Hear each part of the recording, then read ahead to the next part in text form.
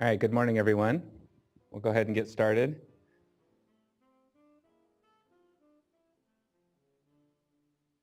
This is a webcast, so I think, as most of you are probably aware, we're live streaming this currently, and it is being recorded. But I'd like to thank everyone for coming today to the Proposition 1 Stormwater Grant Program workshop. We have 2 workshops today, and this is the first. It's for planning grants. And the second workshop will start at 11 o'clock. So this one will probably, depending on the number of questions we receive, will probably go for an hour, hour and a half, maybe up to 2 hours, and we'll start promptly at 11 for the implementation workshop to make sure we stay on track for the webcast. So my name is Sean McGuire. I'm the Stormwater Grant Program Manager, administering the Proposition 1 funds. And we have a number of folks here who I'll introduce in a minute. But first, some housekeeping items. 2 things. One is if you need to use, for those of you in the audience, if you need to use the restroom at any time, it's out the doors and to your left around the corner. And then if there is an emergency, we're not anticipating anything, but if there is an emergency today and we need to evacuate the building, go down the stairs, outside over to Cesar Chavez Park, right across the street. And there will be some gathering places there. So this is a workshop, so we like to hear your questions throughout the workshop. Feel free to raise your hand and interrupt us if you have a burning question. We'll try to answer it here and right away. There may be some instances where we need to defer and get back to you a little bit later, and we'll let you know when that happens. We also are accepting questions online, and I believe the email address is posted on the webcast right now, but in case it's not, feel free to send an email to dfa_grants@waterboards.ca.gov, and we're monitoring the emails, and we will try to answer your questions as those come up as well. We're also working on a frequently asked questions list right now. We have it mostly together, and we will be posting that shortly after today's workshop. This is our 5th workshop so far, so we have had an opportunity to go through this process a little bit, so we've compiled a lot of good questions, and there are some clarifications that we'll be providing, and hopefully you'll have some additional questions today. But one thing that we really want to ensure is that we're providing all the applicants consistent responses across the board so that everybody hears the same answers and has a fair shot at winning grant funds. So I also wanted to mention that there are handouts. There's 2 packets of handouts. One is for planning grants, the workshop right now, and the second's for implementation. We have a number of those at the back. Feel free to help yourself. I think we've got plenty for everybody here today. And also, if you're online, the packets were emailed out, and they're also posted to the website, so you can download them there. So with that, I just wanted to do some brief introductions of the State Water Board staff that's here. And everyone here is available to answer questions and help you out throughout this process. So Brandon, you have them. Hi, I'm Brandon Davison. If you have questions, I have a microphone, so just raise your hand.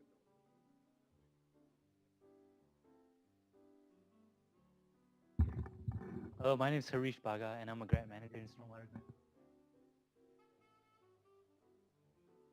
Hi, I'm Ruben Mora, and I'm also a grant manager in the DFA Stormwater Grant Program.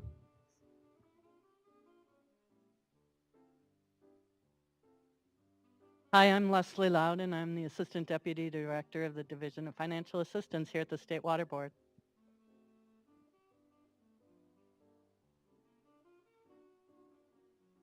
Morning, my name is Jeffrey Albrecht. I'm with the new Stormwater Planning Unit in the Division of Water Quality. Hi, my name is Beth Payne. I'm in the same Stormwater Planning Unit. I'm an environmental scientist and the lead technical staff for the planning guidelines.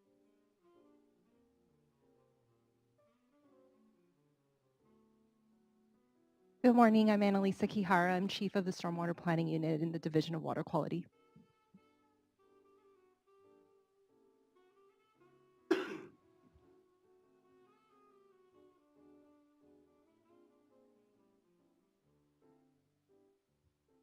I'm Carolyn Saputo, and I'm one of the analysts that will be handling the stormwater grants. I'm Michelle Stebbins, and I'm also an analyst for the grant unit.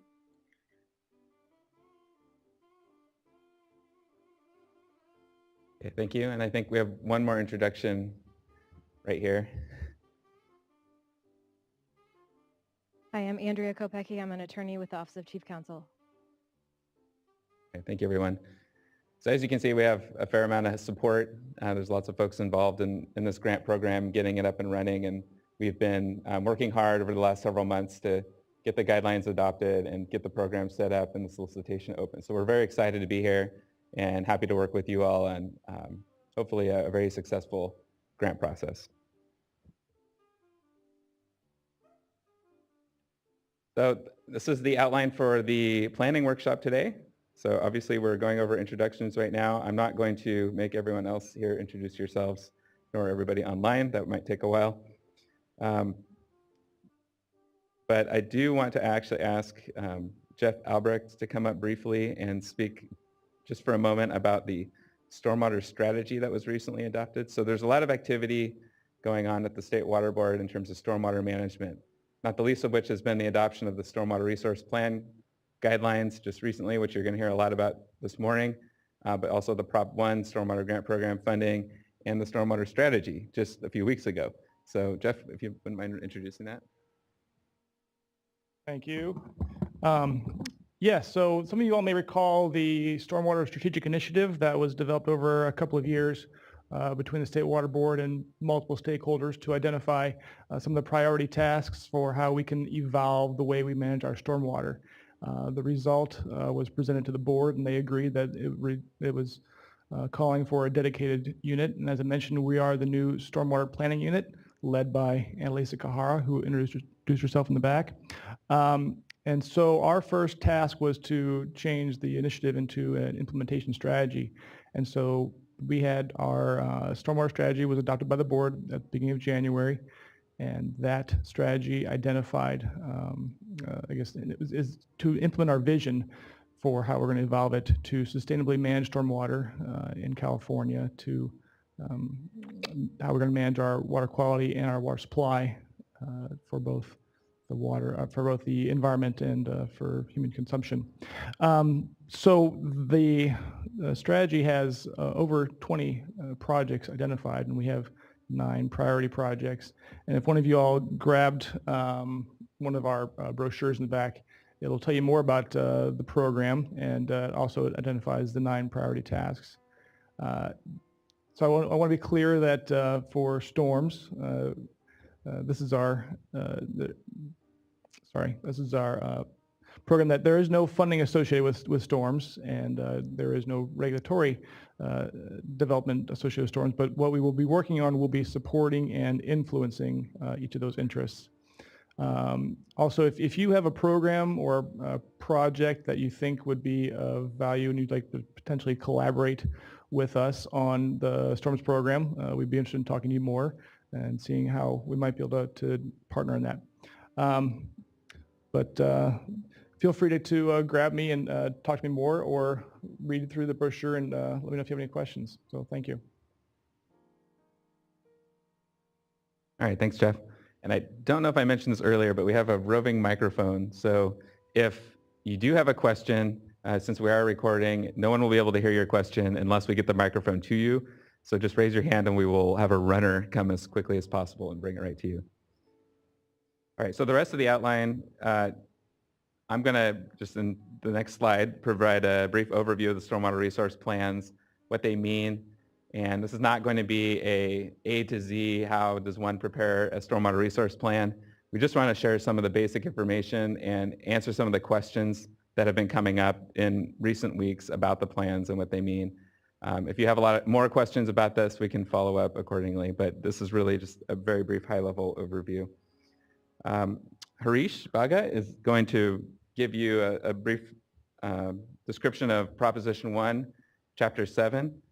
And really, this is some of the nuts and bolts of what are the priorities of funding, what's eligible and not in terms of what we're looking for to award for planning grants for this round. Then I'm going to come back and I'll talk to you about how to apply, and really the meat of the matter today is how do you score well and how do you get competitive in funding. And so the way you do that is by scoring high and answering the questions that we provided in our solicitation fully and completely. And so I'll provide you some secrets and ways to do that and hopefully be successful. One thing that we really want to ensure is that we have great projects to fund at the end of the day. So we're here to help you get to that point. There's not a lot of time in the planning solicitation here. You know, we only have a few weeks left, so I'm hoping that many of you are already well underway in pulling your grant applications together. And what we're able to help you with here today is just get you over the hump across the finish line. Later, we're going to talk about implementation grants, and we have quite a bit more time there to work and refine applications. And like I said, questions throughout are fine, and also we'll definitely have time at the end to answer any additional questions that you have. So just for those of you who don't know, I'm thinking hopefully everyone here and online is here because you're already familiar with the fact that there's a new requirement to be eligible for funding for stormwater and dry weather runoff capture projects. And that is you must have a stormwater resource plan in place. And that was brought about by Senate Bill 985. And the guidelines for that were developed and adopted by the State Water Board just a couple months ago in December 15, 2015, which coincidentally is the same day that the Proposition 1 funding guidelines were also adopted. So like I said earlier, this is all happening very quickly. And however, you know, this is where we're at, and this is the new requirement that we all need to learn how to deal with and incorporate into planning. So SB 985 is required for, as I said, stormwater capture and dry weather runoff projects for bonds approved after January 1st, 2014. So that, yes, includes anything from Proposition 1. That includes our Proposition 1 Stormwater Grant Program funding, but that also includes any other program funding. So for example, Department of Water Resources, Integrated Regional Water Management Program funding. If you have a project that's a stormwater capture project that's lumped into an IRWM process, that still applies. And so the trigger for needing a stormwater resource plan or your project to be listed in a stormwater resource plan holds true there.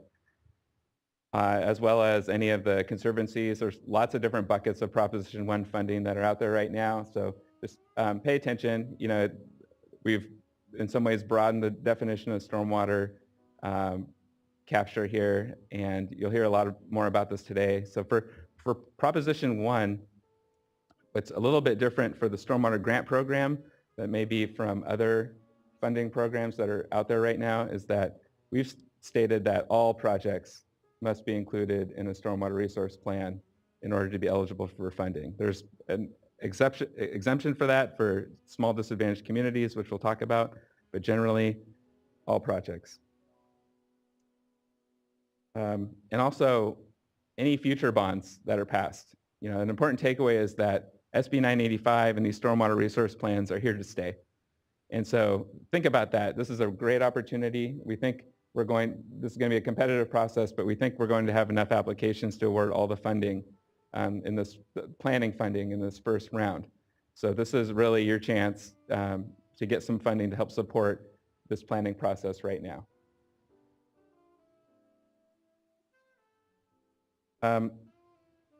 So SB 985 and the stormwater resource plans really do have a lot of synergy with Proposition 1, which you're going to hear about. So recognizing stormwater as a resource, as Jeff mentioned a little bit earlier on the storms strategy, also dovetails nicely with Prop 1 and the stormwater plans. And another emphasis is really looking for multi-benefit projects.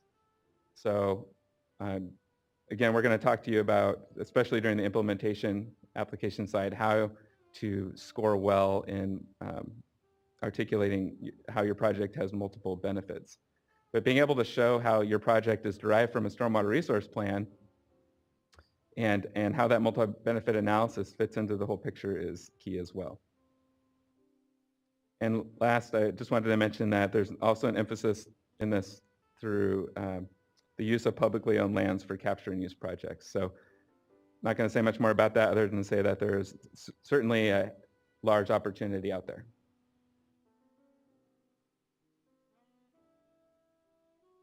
So this is very colorful, and this isn't basically an outline of everything that needs to be included in a stormwater resource plan. And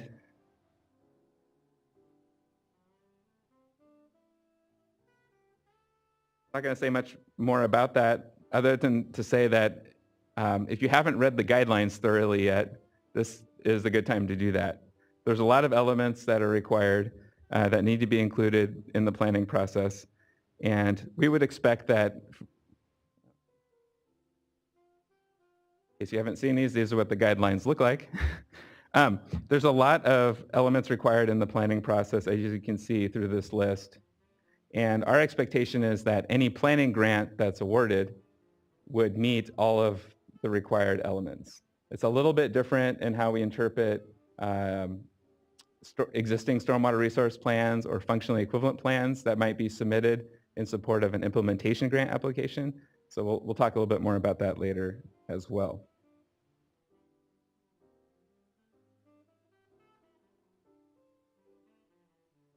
Just take note, however, that regardless, there are some fundamental water code requirements that need to be addressed regardless of what your plan includes or whether or not you're starting from scratch or building off a single or multiple existing planning documents. So the plan must be developed on a watershed basis. That is a requirement. Like I said, it needs to evaluate ways to prioritize the use of public lands throughout the planning process. Every project and really the entire analysis needs to realize and evaluate multiple benefits. And there must be a quantitative prioritization of projects. And also really important, and something we're going to be looking for, is to see that public participation and community participation is provided for both in development of the plan through that planning process, but also after the plan is adopted as well, that there's avenues for other stakeholders, nonprofit organizations, disadvantaged communities, and others to participate meaningfully in the planning process. We don't want to see a single public agency put together a plan and not having engaged the community and other stakeholders within that watershed.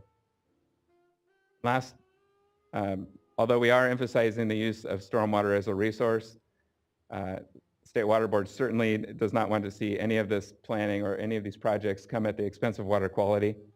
And so very critical is ensuring consistency with TMDLs, existing regulatory permits, and other things that protect and improve water quality in our watersheds. So just a couple of pointers on questions that have come up. We've received a number of questions about watershed planning areas.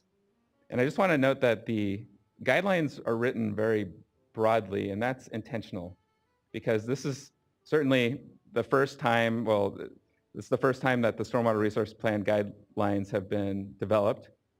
And this is a new process for everyone, and it's a very large state, and there have been a number of areas that have already proceeded in the past for various reasons with extensive stormwater management planning, and others that are just getting started right now.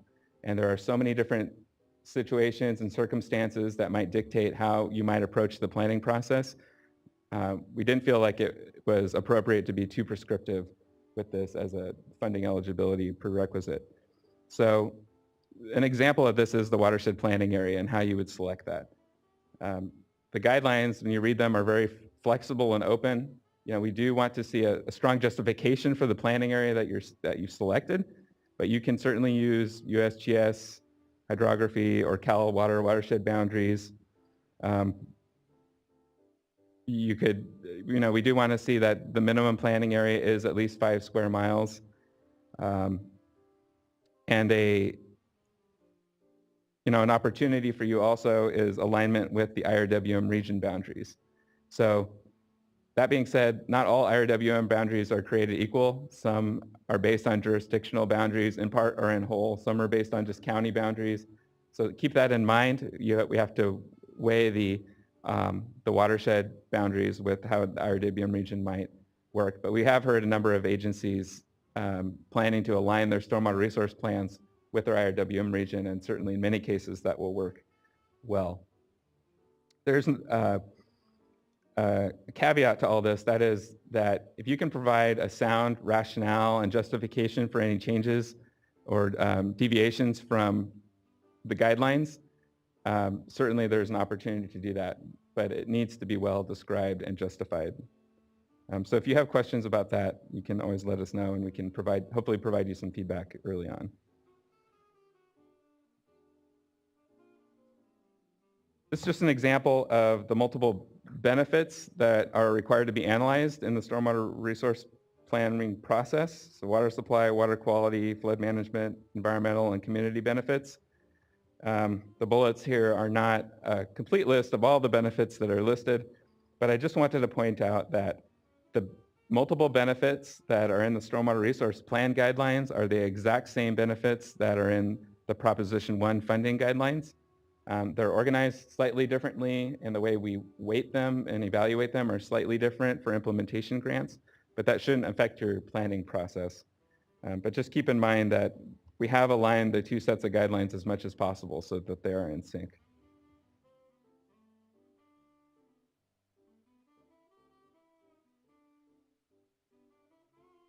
Also, we've had questions about the types of projects and what needs to be listed. Does my project need to be listed specifically in a stormwater resource plan? And the answer is not always. There have been examples of stormwater planning documents that have projects included programmatically. So for example, there are some plans in Southern California that have Green Streets program integrated and don't list off every single block of every single street that needs to be converted into a Green Streets, but list programmatically the entire program and what needs to be accomplished and by when.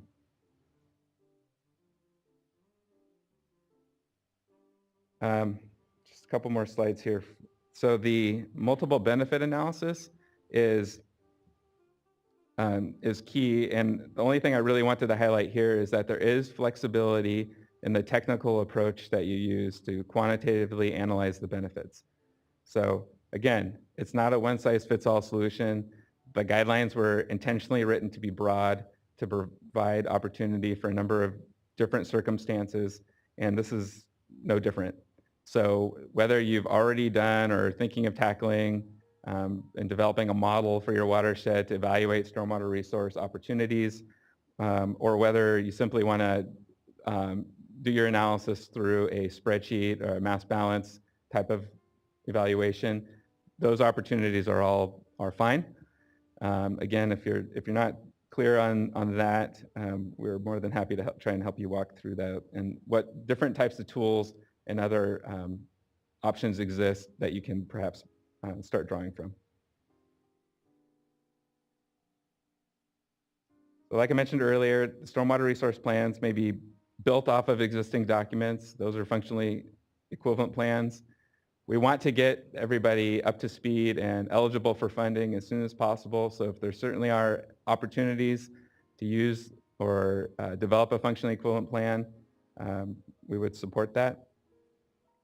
The plan, specifically, this is in SB 985, does not need to be consistent with your local IRWMP, which is interesting because of the next bullet. But the way I take this is that essentially the multiple benefit analysis and the way you prioritize projects in IRWMP does not need to be the same as your approach methodology used for your stormwater resource plan. So that's important, and that the significance in the next bullet, which is that the plan must be submitted and the IRWM region, each IRWM region is obligated to incorporate any stormwater resource plan they receive into their IRWMP. And there's a number of different ways that that might be done, including adding as an appendix, modifying the IRWMP completely to embed the stormwater resource plan requirements into it. And some folks are looking at adding it by reference. And there is an exception, for those of you who aren't aware of this, for small disadvantaged communities to not require a stormwater resource plan at all. So if you're a small community, less than 20,000 in population, and you're not a co-permittee with another community with an MS4 that's a population greater than 20,000, then you do not need to have a stormwater resource plan in order to qualify for implementation grant funds. So we'll talk about this a couple of times as well, but this shows the self-certification checklist that was developed for stormwater resource plans. It is in Appendix A of the guidelines, if you haven't seen this before. And what I wanted to mention about this is that I would suggest that as you're developing your work plan and approach for the stormwater resource plan, that you reference this checklist liberally and follow this. What we want to make sure is that every box is checked here at the end of the day. So this could be a good guide for you to put together your approach. There are a couple of, there are some boxes that are shaded gray on here. Those are the boxes that are the minimum mandatory water code requirements. But again, we would expect for any planning grant that's awarded that all of the boxes would be completed, both the shaded and the non-shaded.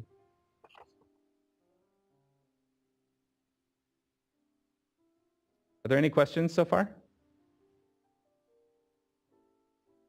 Okay. With that, I'm going to hand it over to Harish to talk to you about Prop 1. Thank you, Sean.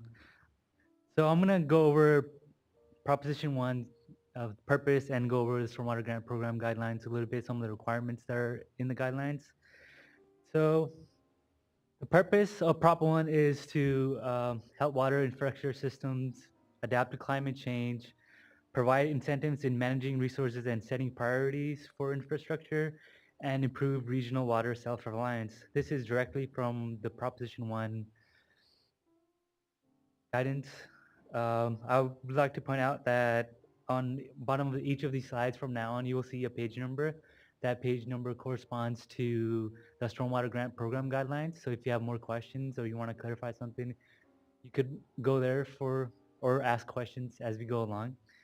And another thing I would like to point out is that Proposition 1 is a little bit different than Proposition 84.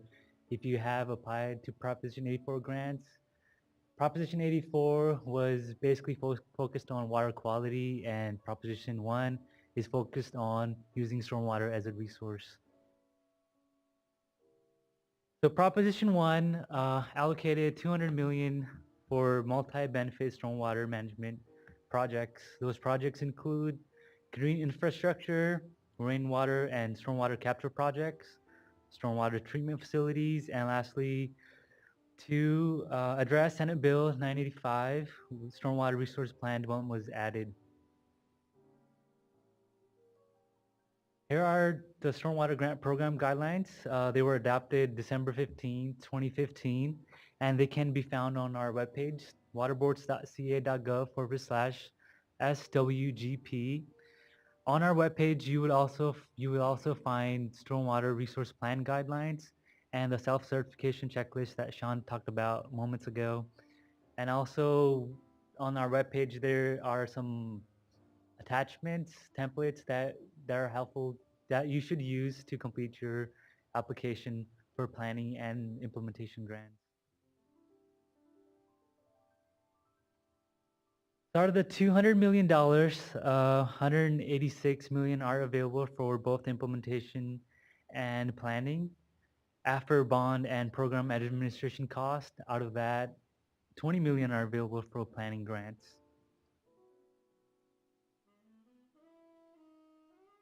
Here's the proposed timeline and major milestones. So the planning solicitations has already been opened and fast as of January 19, 2015, and it's closing fast as of March 4th, that is next month.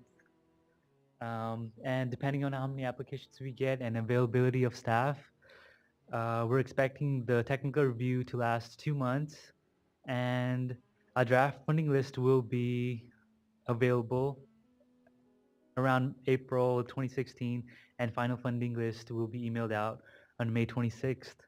And depending on when the final funding list is mailed out, we're expecting grant agreements to roll out in 2016, summer of 2016.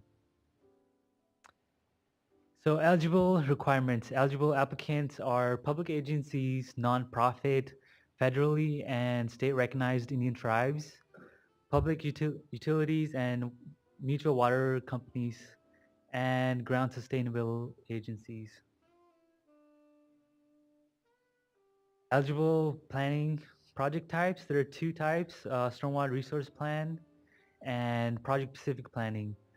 Priority will be given to stormwater resource plans in areas that don't currently have stormwater resource plan, and anything that is, if any money is available after we awarded all the stormwater resource plans, project specific planning will be considered.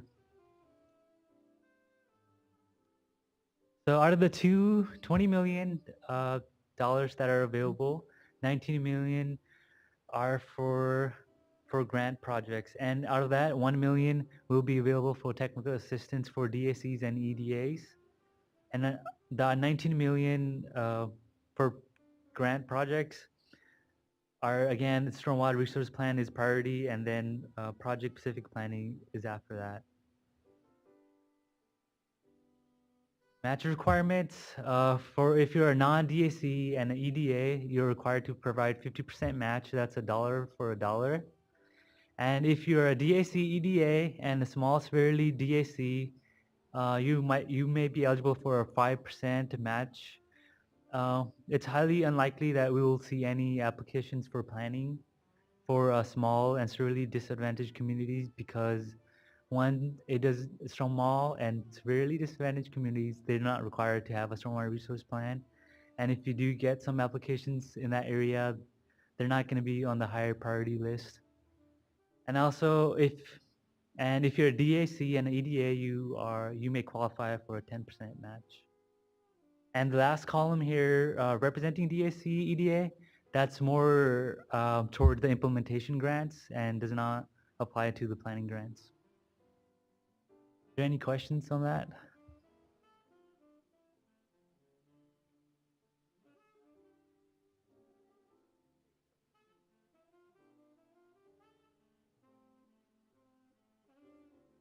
To determine if a community is a DAC, is that website that maps different Right, blocks? the DWR website.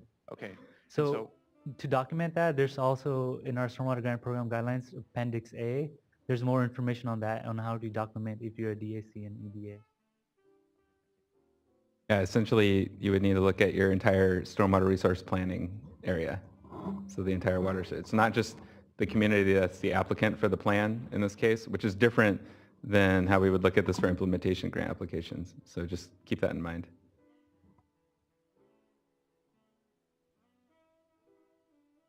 So is there any reason to have a DAC apply for a project-specific planning grant? Segue that into an implementation grant? Sure. I mean, there's no reason you can't apply for a project-specific planning grant. And that's what we really want to see. So if any project-specific planning grants are awarded, we really want to see those leading towards implementation. That's the idea. But do you envision all the planning money being gone for the resource plan itself? We can't say that with absolute certainty, but I would guess based on the interest that we've received so far that that's a likelihood, yeah.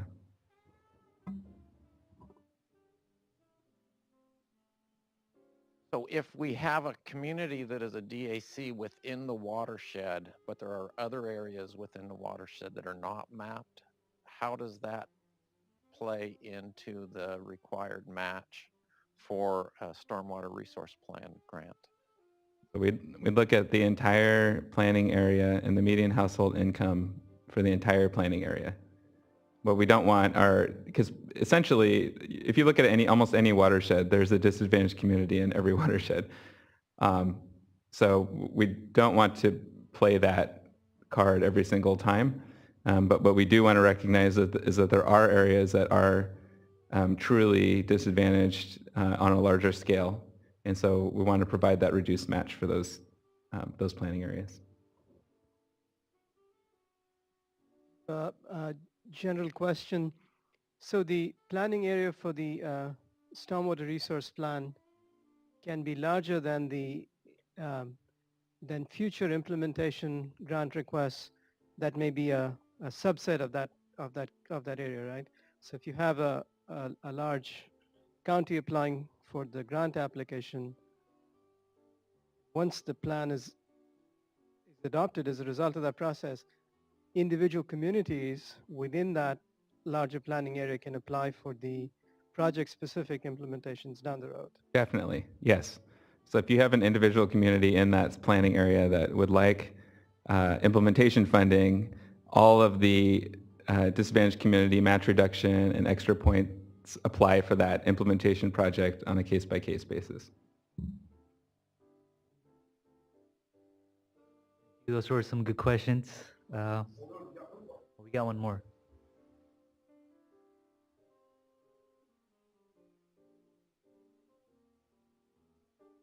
Thank you. Good morning. I have a question. Do you have already developed a way of how to capture rain, water, and stormwater? Do you have already developed that program, developed that technology, or are we going to develop on our own, and you only sponsor us?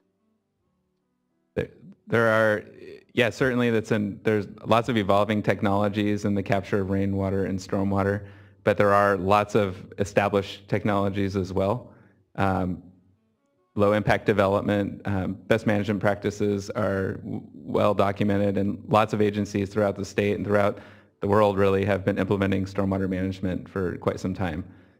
Right, but here even in downtown, all stormwater, all those capture facilities are clogged. Yes. That's why I asked. Yes, certainly operations and maintenance of stormwater infrastructure is always an ongoing challenge. And that's something that public agencies are dealing with constantly, especially during large storm events. Do we going to have like workshops, or we going all together develop, or you going to develop those way how water gonna go through the stormwater capture facilities? Sure. I'm going to cut you off here, but I'll say that there are lots of folks working on different ways to better improve management of stormwater, and we're really focused today on funding and how to provide funding for agencies to get projects completed. So we're going to have to keep moving on. Thank you, though.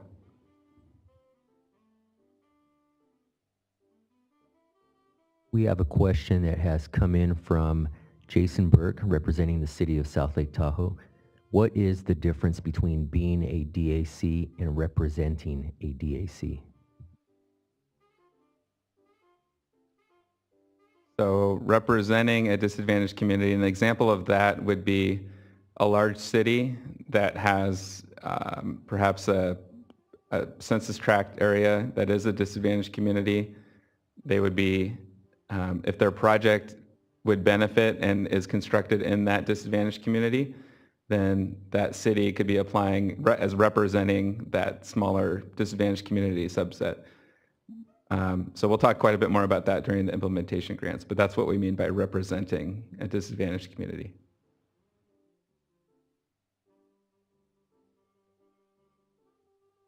We have a question that has come in from Nicole Smith, representing the Coastal RCD. Our proposal will benefit EDAs and non-EDAs. If the proposal will benefit a DAC, EDA, and a request for match reduction is submitted, how do we show the match on the budget if we don't know if our request will be granted and for what percentage? Essentially, if you feel like you have solid documentation that you meet the criteria, we're going to look at it the same way you do. You can ask us if you have a question in advance. We can try and help you out. But otherwise, you would make that assumption in your application and in your budget as you establish it, that that's the match percentage. So again, we're here to help. So if you're not sure about the approach, or if you want to test something with us ahead of time, we can help you with that. But that's essentially how you go about it. So the risk would be that if our finding ultimately is different through the grant review process, we would have to try and negotiate the revised budget if the match is increased. Thank you. So moving on. Okay. So match requirements.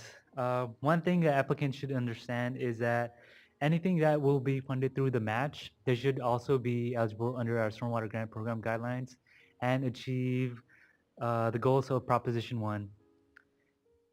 Any eligible expenses incurred after November 4th, 2014 and prior to the project completion date are also eligible.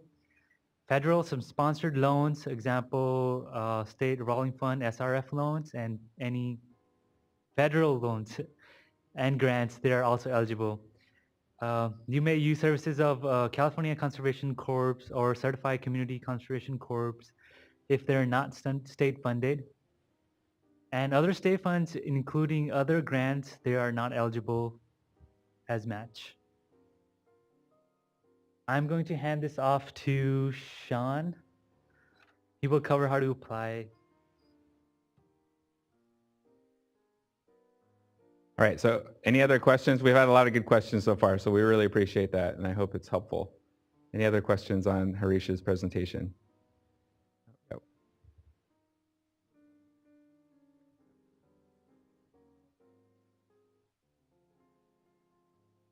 Harish, I was wondering if you could go into a little bit more detail about what types of costs will be eligible for match funding. One example I'm thinking of is a community that's undergone a large and involved stakeholder outreach process already within that date range. Would those types of costs be eligible as match funding?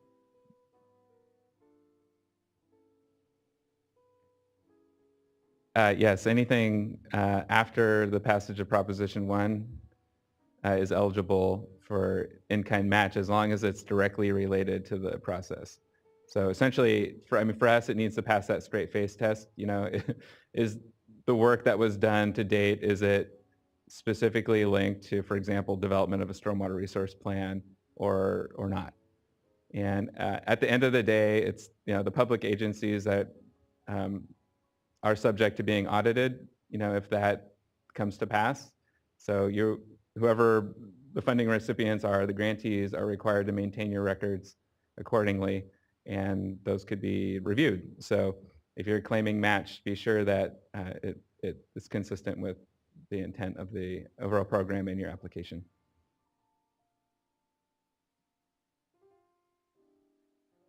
Another question has come in from Nicole Smith, Coastal San Luis RCD. One of the eligibility requirements is to have 50% match. Can this match be budgeted and secured after the application is submitted? And how do we evaluate the certainty of match? We'd like to have assurances that the match is secured and in place before the grant is awarded. So I recognize the fact that this is all happening very quickly, and so it may not be possible in some cases to have the match secured before the application itself is submitted. But I would like to understand through your application how you're going about procuring the match and where that's going to come from. And it's something that we'll want to see before any sort of agreement is signed.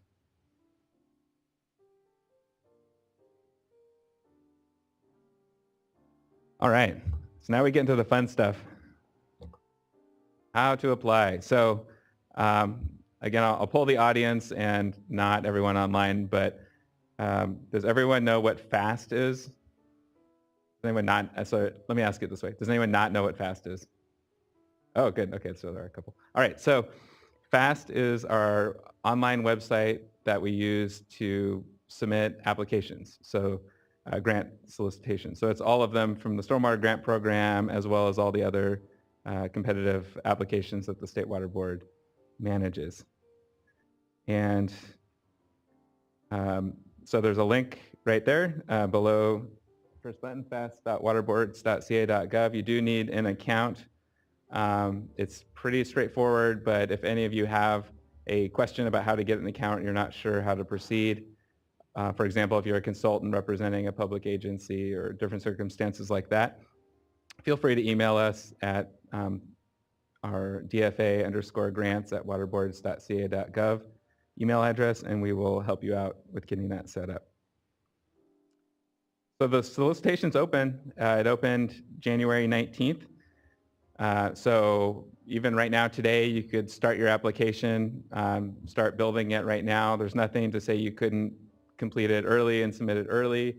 You can complete it, submit it, unsubmit it as many times as you want between now and March 4th when the solicitation process closes. So that opportunity is available to you. It's really your tool to use between now and when the solicitation process closes. They're your files, your documents. After it's submitted, it becomes really the State Water Board's property, and it becomes publicly available as well.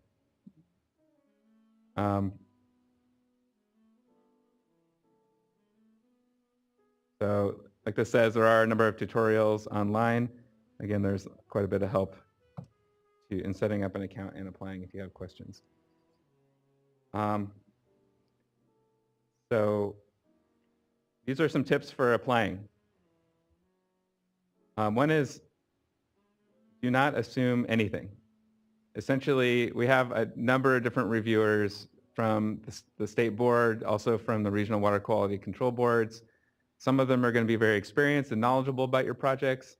Some of them will not have any clue about your project at all, or even know what agency you are, or even know what part of the state you're from, or anything. So do not assume that your reader understands your situation.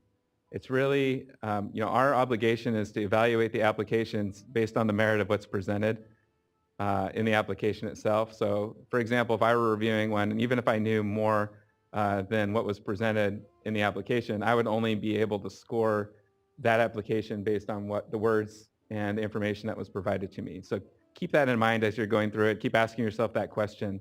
Would anyone be able to pick this up and understand it? Maybe have another reader, someone who's not familiar with your project, read the application before it's submitted. You'd be surprised. We get a lot of applications, many more than are actually awarded, and you'd be surprised at the breadth of the quality in the narratives and the information that's given to us. It's really, really critical, especially now in such a competitive process, that you take the time, finish it early, don't write it up to the very last second. Get the work done. Also, don't wait till the very last second to submit your application. Submit it at least a day ahead of time. What can happen on the very last day is there's a lot of folks looking to try to submit at the same time, or running into problems and needing technical support just to get their files updated and loaded. And that's not a problem that we want any of you to run into. Do not provide links. So again, we're only able to review the information that's given to us in the application itself. So while I'm sure that there's a wonderful website with lots of information and many, many other documents, all we're able to review is that application and the attachments that are included with it. So make sure that everything that you feel is important and needs to be reviewed is included in there.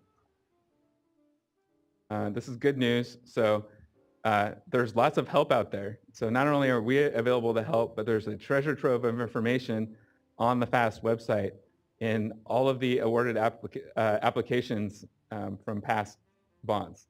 So all of the Proposition 84 Stormwater Grant Program applications that have been awarded are on there. You're free to access them and review them and see what some great examples look like. What's a winning proposal look like? Please, by all means, go on there and check it out. There were 2 rounds of Proposition 84 funding. Round 1 had a planning component, So for the stormwater resource plans, you might want to take a look at that.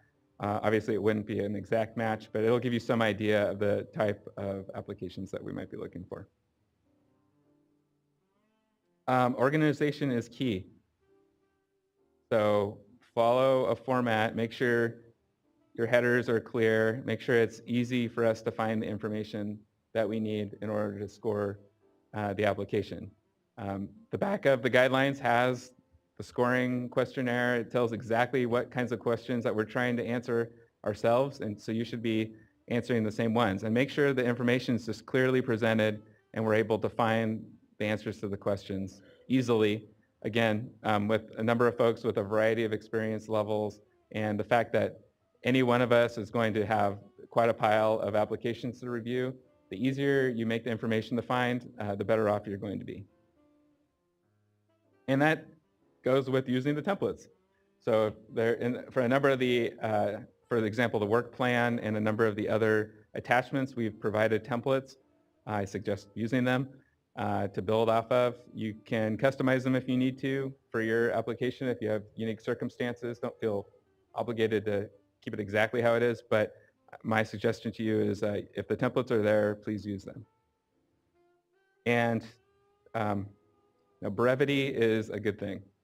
So just because I'm telling you not to assume that we don't know anything, the other thing that we don't like to see are very long-winded, fluffy narratives that are not necessary to support your application. So try and keep it concise, try and keep it to the point, and we'll all appreciate it. It will help with our review, it'll help it go faster, and it'll also help you.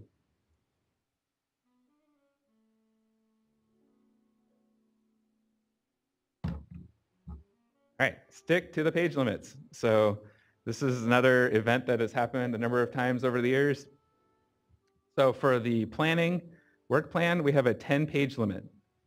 So if you submit 14 pages, we will read through page 10, and then we will have to stop and discard the other 4 pages. So I don't want that to happen to you, so keep that in mind, stick to the page limit.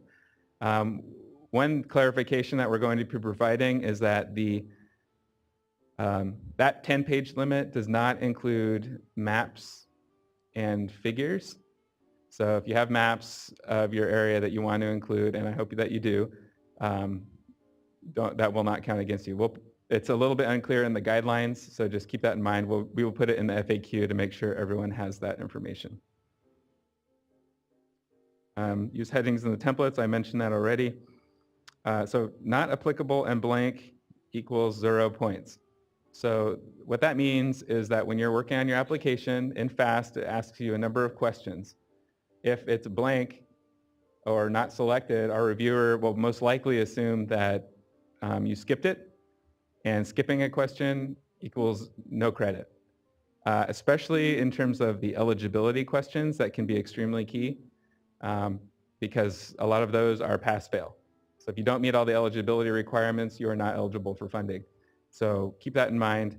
If something truly is not applicable, or the answer is no, or what have you, just say that and explain that this question is not applicable for whatever the reason is, and that will be fine.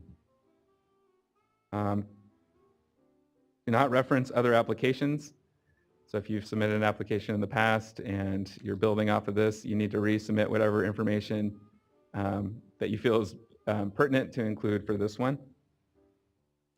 Also take note of what we discussed today.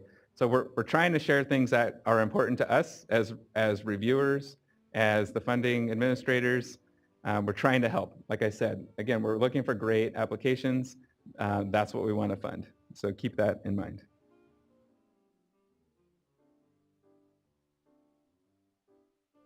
So there are 4, this is getting into the application process now. So there are 4 main questions in FAST that are required for your grant proposal. So there's program selection and general information, background information, and then the proposal questions and attachments.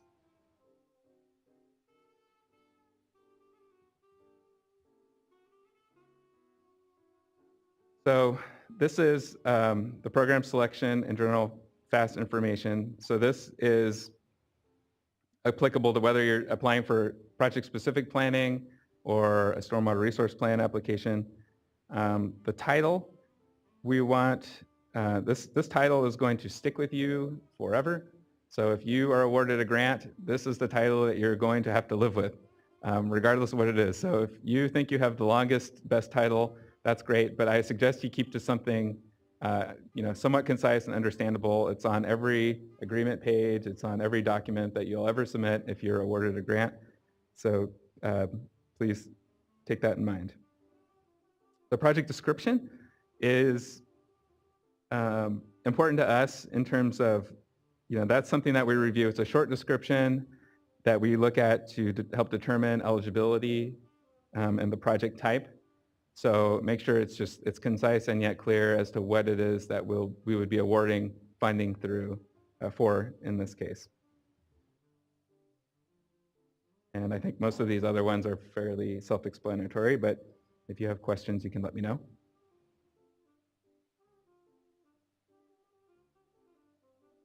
So these are eligibility requirements for all applicants. So again, like I said, these are pass-fail type questions. So if you're not sure of an answer or how to answer, you can always, again, ask us. But these are important to have completed to show to us that you are eligible to receive funding. For example, if you are an urban water supplier, you must have an urban water management plan in place to be eligible for funding. That applies to any funding program, and that's no different here.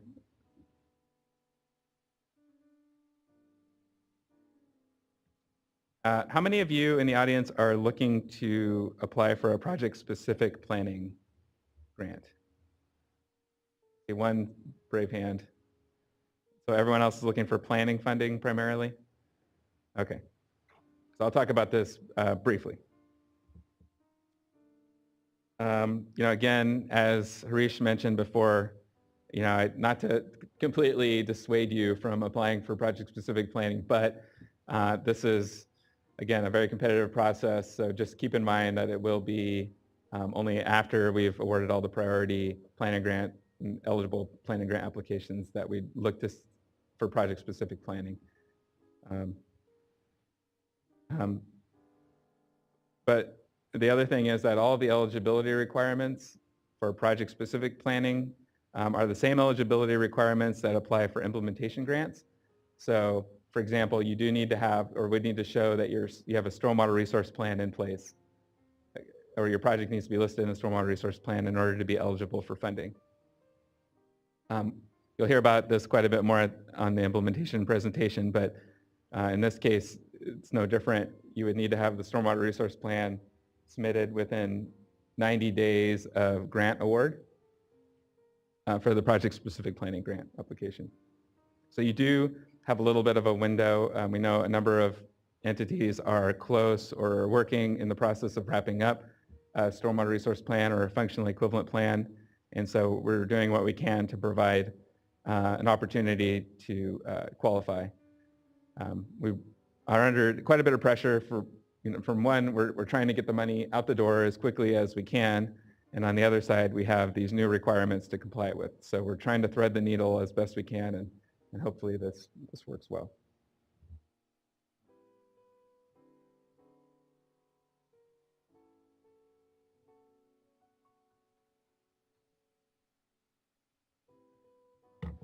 So now we get into the scoring. And this is the work plan. And as you can see, the entire grant application is worth 100 points, and the work plan is worth 65 points. So if you're thinking about where might be the place to spend most of your time in working on the grant application, there's a big hint for you. So the column on the left is the fast application questions, the different categories. The middle column is from Appendix B2 is our scoring question number. So you'll see when you look at the guidelines at the appendices in the back, there's two sets of, there's the questions themselves and then the scoring questions, and they have different numbers. So these are the scoring question numbers. And then the maximum points possible is in the third column. So very critical, and I can't emphasize this enough. The scope of work must match the budget and the schedule. And ultimately what we're looking for is enough detail to understand how your project, your planning application in this case, is going to result in a complete stormwater resource plan. We're also looking for enough information to be able to develop a grant agreement at the end of the day, that there's a scope of work that we're able to take and modify as needed to fit into that agreement. So keep that in mind. That's why the template is there. It outlines the 5 main tasks that we look for essentially in any agreement. So planning can include, the stormwater resource plan development can include some limited monitoring and other preliminary, site investigative work if it's needed to better understand the watershed. So it doesn't have to be just the plan itself. There can be some associated activities with that. So keep that in mind.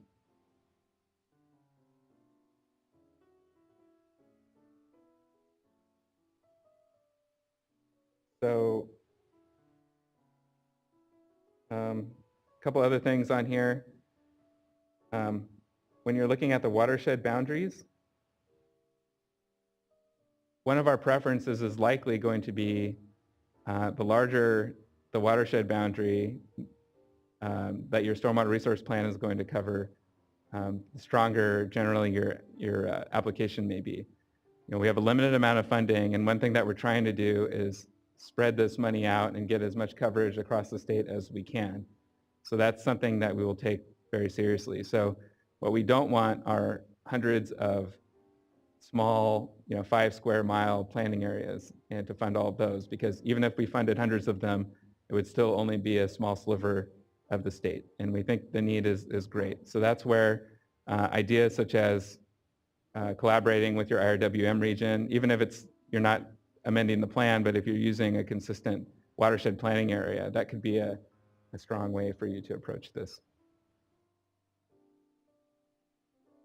Also, submittal to the IRWM group. Obviously, when you complete your application, you will not have an opportunity to have submitted the plan that you're going to get awarded funding to the IRWM group yet.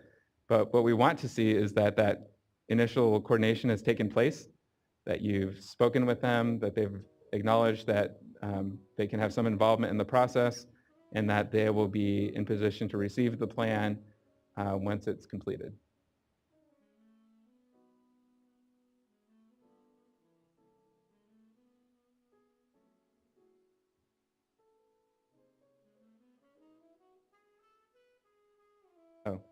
So one other thing is just local ordinances affecting projects. So, and then TMDL, NPDS, WDR, MS4 compliance. So important elements, and this is all documented in the Stormwater Resource Plan guidelines, is that we want to see and need to see consistency with all of the regulatory requirements, whether it's local or state.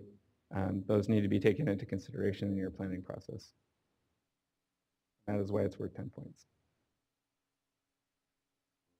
So this is for project-specific planning. Appendix 2B also worth 65 points. Again, we're looking to see projects that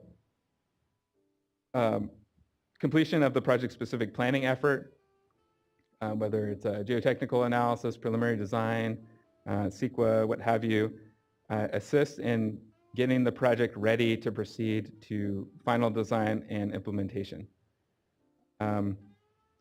One opportunity for you is that implementation grants can pay for some of the final design and final prep work. So keep that in mind. You might be better off if your project is pretty well developed and well defined. You could consider applying for implementation grant funding instead of project-specific planning funding, and that could be a successful path forward.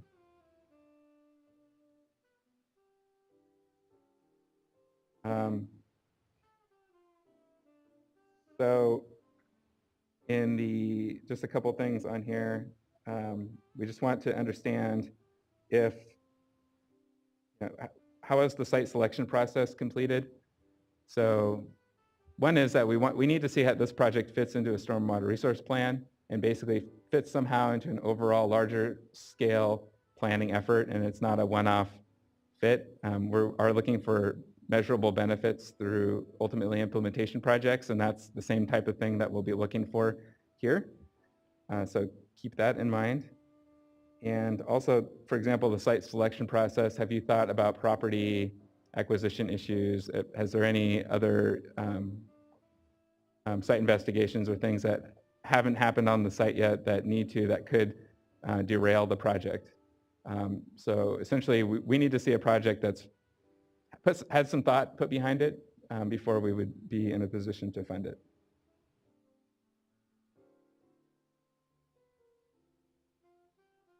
And also the fit into the overall timing. So where are you at in the process? And one thing to keep in mind is that we have our first round of implementation grant funding this year, and the second round will probably be in 2018. So if you are looking for project-specific planning funding, you might think about what is the work that needs to be done before the second round of funding in order to make my project eligible and competitive for that second round of implementation grant funding.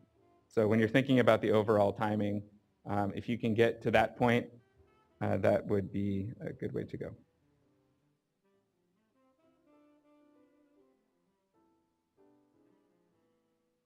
So these are the rest of the points for the work plan for project-specific planning. We have work tasks and deliverables and coordination. So these are all the same types of things that we'll go over in the implementation grant process as well. But essentially, we're looking for a clearly defined and well-established work approach. Like I mentioned, the deliverables and the scope of work, the work tasks, are essentially what gets merged into the grant agreement at the end of the day. So for us, it needs to be clearly understood how that is going to happen. And we need to be able to understand, again, does the budget match that scope of work and match the schedule? Those are things that we all put side by side and take a look to see how they all fit together.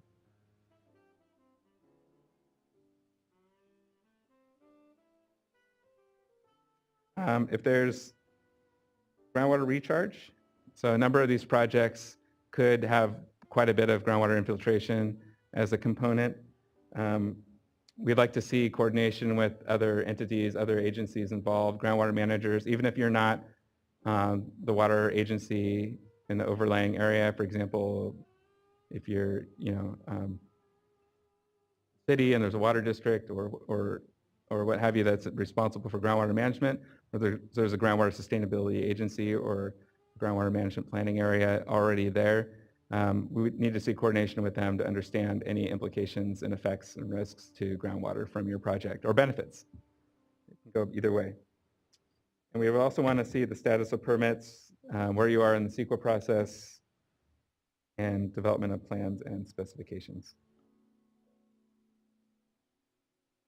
One other thing on here is when we ask for experience and resumes of key personnel, we do not need your 20-page long resume with everything that you've ever done. What we want to see is a demonstration that the team working on the project, those folks that you know who they are, have a background in addressing the issues or have the experience necessary to get the project completed. Okay, so I would say a 1 or 2 page resume and a description of the team would be adequate to meet that mark, but I would include something.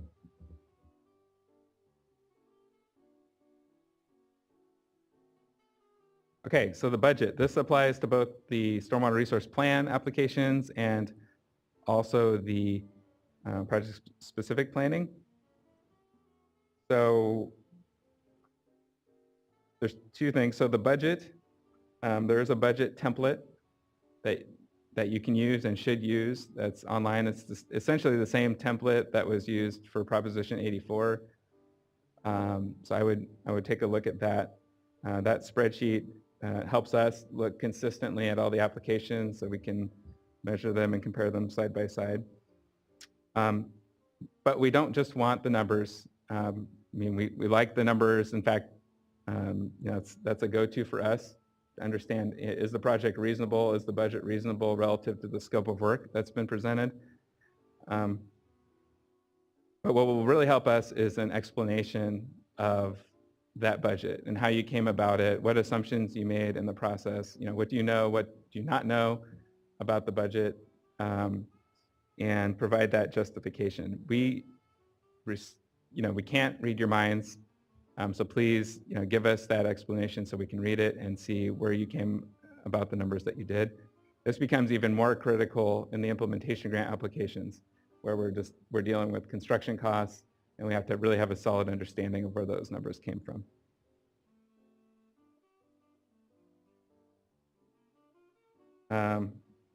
The other thing is, there's in the template, we need to have the staff listed with hourly rates and classifications for that, for each staff. And I would look at this broadly, because this is a long-term grant. It can last anywhere from 2 to, say, 4 years. So keep that in mind. People get promoted, people leave.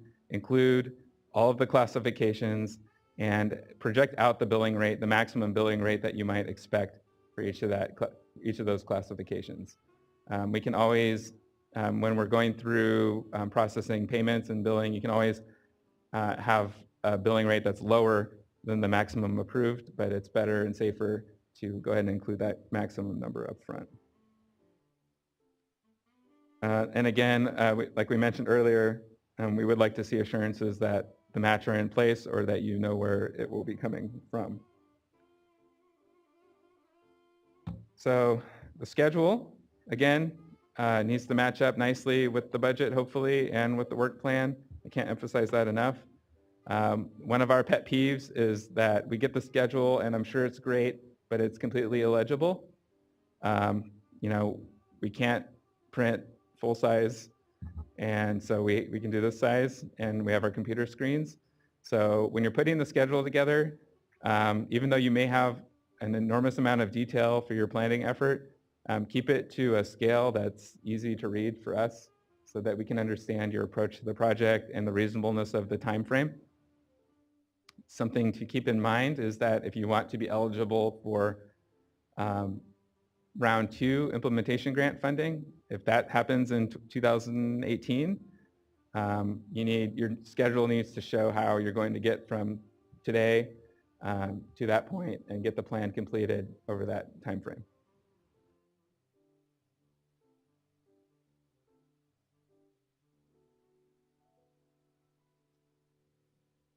Any questions so far?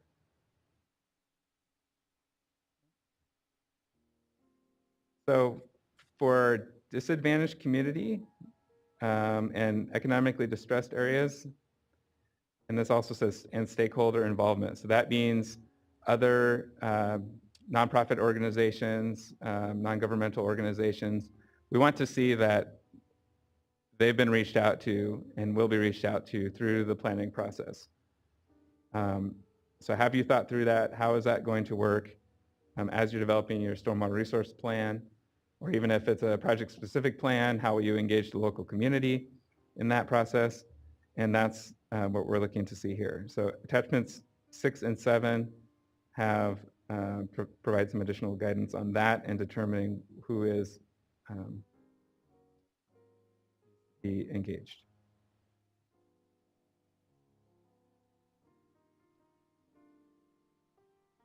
So lastly,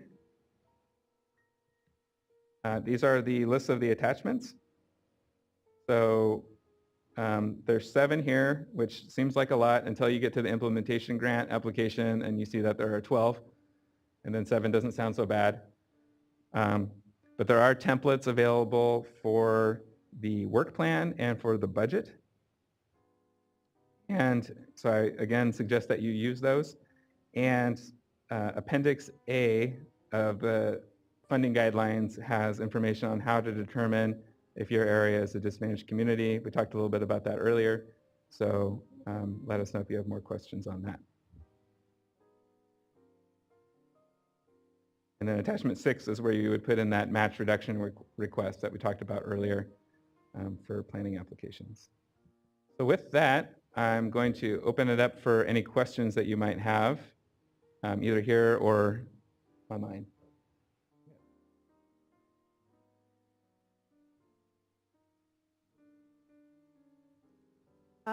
For property for planning grants, there was CEQA documentation and project assessment evaluation plans required. Is that going to be required? Are those going to be required?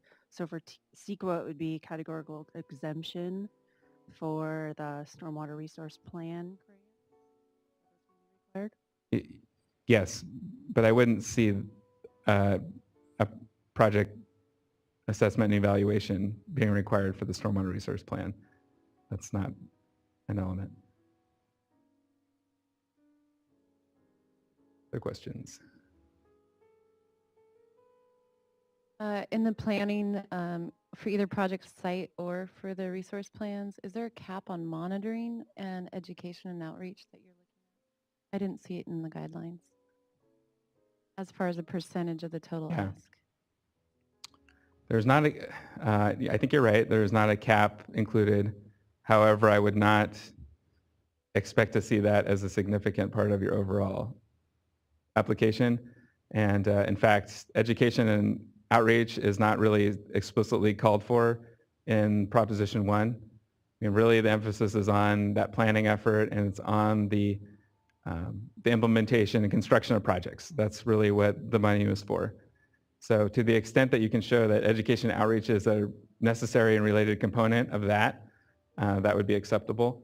But no maximum cap was listed there. I think you're right.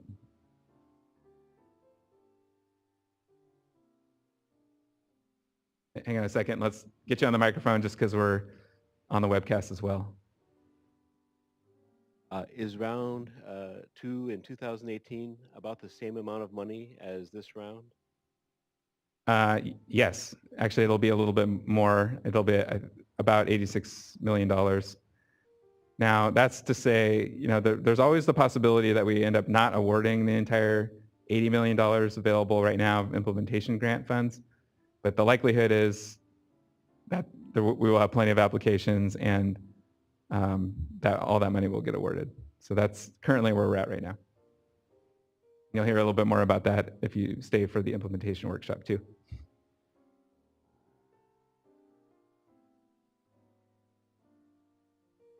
Is there some sort of metric or evaluation that you're looking for with regards to groundwater recharge on this?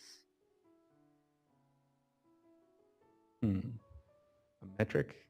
Well, I thought there was some sort of evaluation that you were looking for as an outcome in the planning process about groundwater. I would say that you need to consider any of the impacts or benefits to groundwater. So for example, in many groundwater basins, there could be adjudicated, or there could be large contaminant plumes or other water quality concerns or issues with recharge. So those are things that need to be taken into account in your planning area in terms of really what are the opportunities for recharge. And that's a kind of consideration. You wouldn't necessarily have to have all the answers in your application, but certainly something that needs to be weighed through the planning process itself. If you're not in a basin, if you're in fractured rock, same thing? Same thing. So I wanted to follow up on something you said earlier about the maps and the figures not being part of the page count. I'm just thinking about making it easier for you to read and count pages. Would you like those set off separately at the end of the document, or how, I want to make it easy for you to read, so how would you like us to put a work plan together that includes figures and maps and things like that? I would say that's a great suggestion. Yeah, make it easy for us. If the maps and figures are embedded in the document, it might be tricky for some folks to count and make sure that the text is within that 10-page limit. So at a minimum, I would make them standalone pages so it's clear, and don't embed it inside. The other thing is, don't cleverly use large figures with lots and lots of words on them as a way to increase your page count. I have seen that before. So keep the figures to what the intent of those are, and no work in the system on that one, please.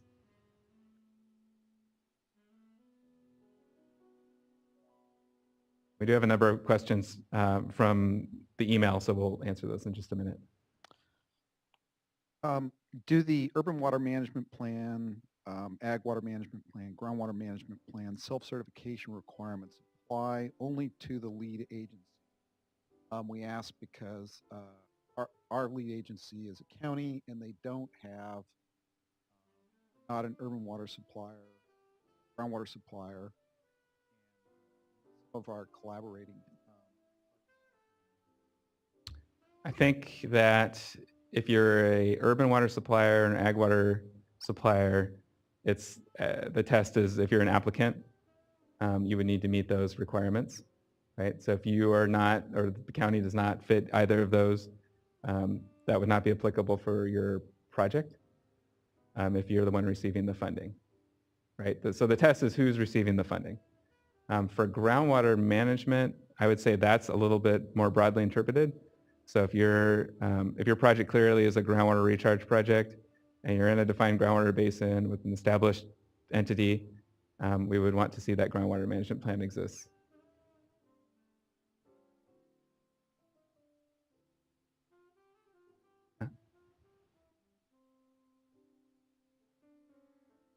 We didn't see it in the grant guidelines, but do you require a resolution from the County Board of Supervisors or some such authorization as part of the grant application? Yeah, I was looking to Leslie, but yeah, not part of the application, but we do need a resolution in order to enter into an agreement with the state. So that's something that we'll have to see. If you're awarded funding, we'd have to see that later. Okay.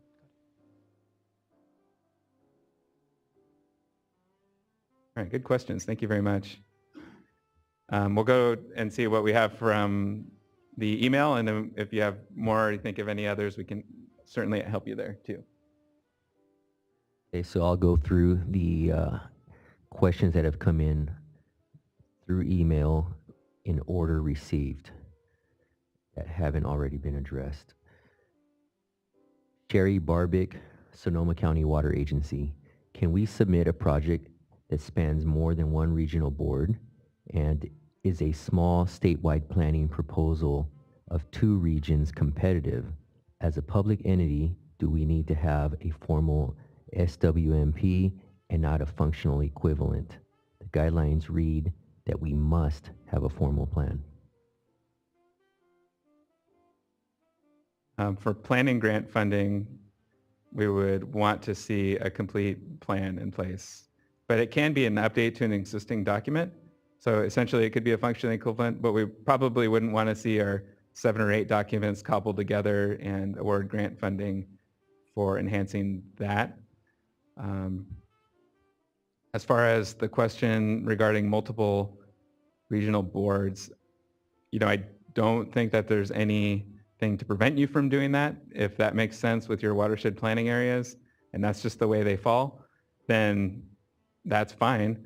I would say, though, the burden is on you as the applicant to explain how that coordination is going to happen and what that planning area looks like. And it does add certainly some complexity to the overall process. So keep that in mind. It's going to be trickier to get your plan together.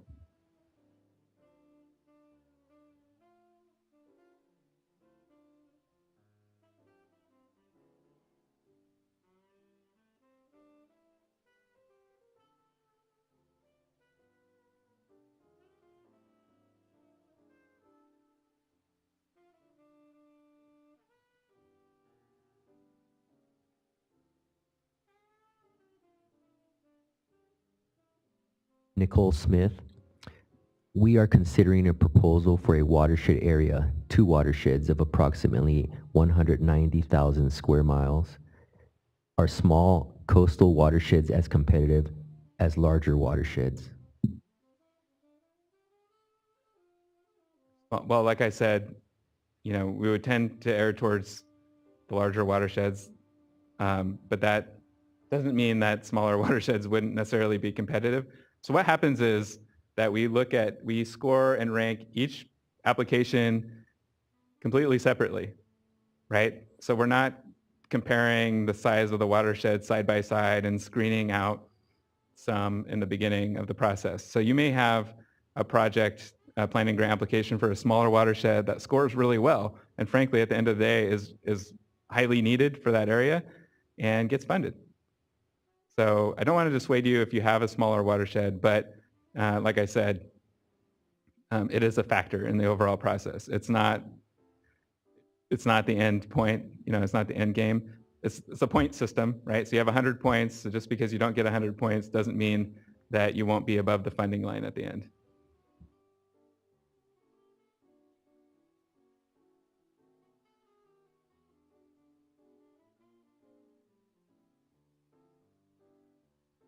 Bonnie DeBerry, CPSWQ. We have several cooperating entities participating in our grant application. Question 1A.7 under background information in Appendix B of the workshop material deals with prior state water board funding. Do you need a list of projects that received funding, or would a yes/no sentence be sufficient? If a list is required, how far back in time should we go? If a project was not completed, how much detail needs to be provided? Okay, thank you. So if you read that question in the guidelines, there's a lot of information requested. And what we're really looking to see and understand is where were there problems? So if you've received grant funding in the past and either the project wasn't completed or there were other issues in getting the funding out and completing the project, certainly we probably already know about it, but we also want to hear from you what happened and what measures are being put in place to keep that from happening this time were you to be awarded funding again.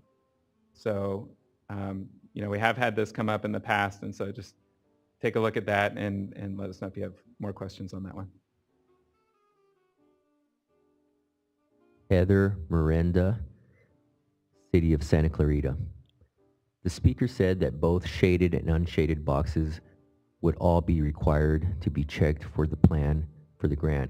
At the state board adoption hearing, it was stated that the shaded were what the state could require in the stormwater resource plans, and that as many of the unshaded that could be checked would be looked at more favorably. However, that the state could not require the unshaded items in the plan because it wasn't based on the forming law. Could you please clarify his statement regarding what is required for meeting the requirement for the purposes of the grant application? Right. Thank you. So let's distinguish between a planning grant application that we're awarding for development of a stormwater resource plan and a implementation grant application, which needs to have a stormwater resource plan submitted in support of it because the project would need to be listed in that plan. So for an implementation grant application, that is correct. So if you see the shaded boxes, the minimum mandatory water code requirements on the self-certification checklist, those at a minimum is what we would look for a functionally equivalent plan submitted with the implementation grant application, which we're going to talk a little bit more about at the implementation workshop. What we would also like to see there is that as many of the boxes, the non-shaded boxes, the recommended guidelines are completed as possible through that as well. And just, again, an explanation, if some of the boxes aren't completed or you're not able to address some of the elements in your functionally equivalent document for whatever reason, just that you've gone through that thought process and articulate to us why that's the case. But certainly the amount of detail is not quite as exhaustive for functionally equivalent plans submitted in support of implementation grants. Now for stormwater resource plans for new projects that we're funding, we really would like to see the guidelines fulfilled. So that's why we're here. That's why the guidelines were developed. So we would expect that any grant that we're awarding funding for would really take the steps necessary to address all of the guidelines. Nalia Bertucci, Western Shasta Resource Conservation District. Does an IRWMP qualify as a SWRP if it addresses stormwater? So SB 985 was really developed, my understanding is, to address a pretty well-documented deficiency in the IRWM guidelines, in that they don't holistically address stormwater in most cases. There may be IRWMs that do cover stormwater, maybe even cover stormwater thoroughly. And I would say the test is pull out that self-certification checklist and the guidelines and start going through it. I can't tell you right here whether or not it would meet all the requirements. But again, what you also hear about at the implementation workshop is that if you feel like you have a plan that meets the requirements and is functionally equivalent, you may submit that to us in advance of the implementation grant application deadline. Specifically, we have an optional pre-application process. And so if you'd like us to take a look at your plan and your checklist and see if it is essentially in alignment with the guidelines and looking for some concurrence, that's an opportunity available to you. So hope that helps. John Steer, Contra Costa County Watershed Program. What are the functional equivalents to stormwater management plans that the regional board will consider as acceptable precedents to be eligible for receipt of the Prop 1 Stormwater Implementation Grant? Would urban greening master plans at municipal level be among them? Same answer. So pull out the checklist, look at the checklist. If your urban green master plan satisfies all of the requirements in the checklist, specifically the minimum mandatory requirements and hopefully many of the others, then that's fine.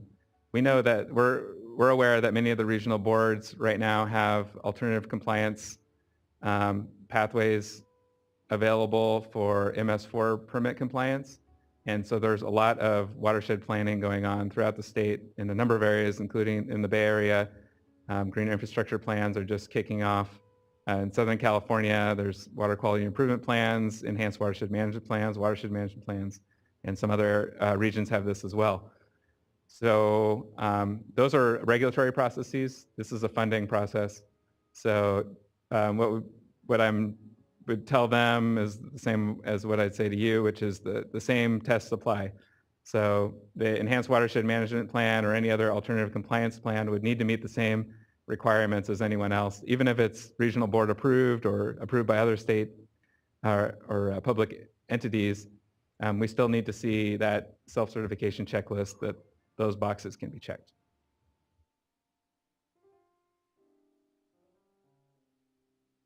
Alba Lemus, can an agency apply simultaneously for both planning and implementation for a project? Probably not. Most likely not. I would expect that if an agency needs to develop a stormwater resource plan, that there's no way on earth that they would be able to have a grant agreement in place and have their plan completed in time to sign an implementation grant agreement as well, with the plan being a prerequisite to be eligible for that. So the bottom line is no, if you need a stormwater resource plan, you're going to have to wait till round 2 to receive implementation grant funding.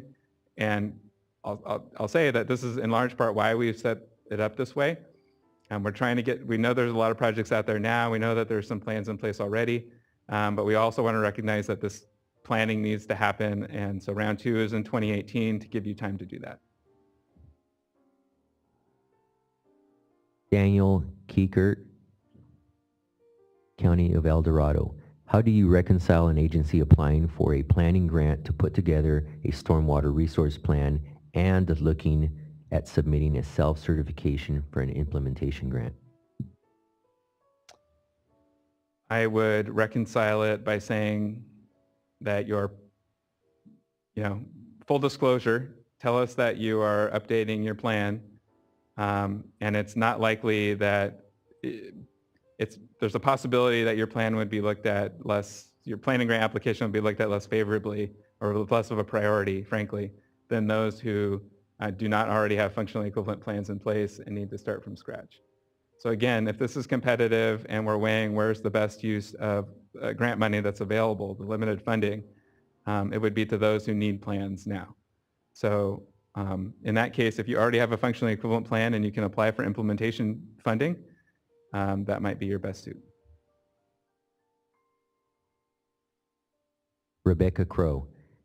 Can a planning grant cover a watershed area for which stormwater resource plan is required and also include areas outside of the stormwater resource plan, watershed plan area for regional monitoring as part of a larger regional coordination baseline monitoring effort? I would say I would need a lot more information to understand that proposal. So that would be a good question to ask us.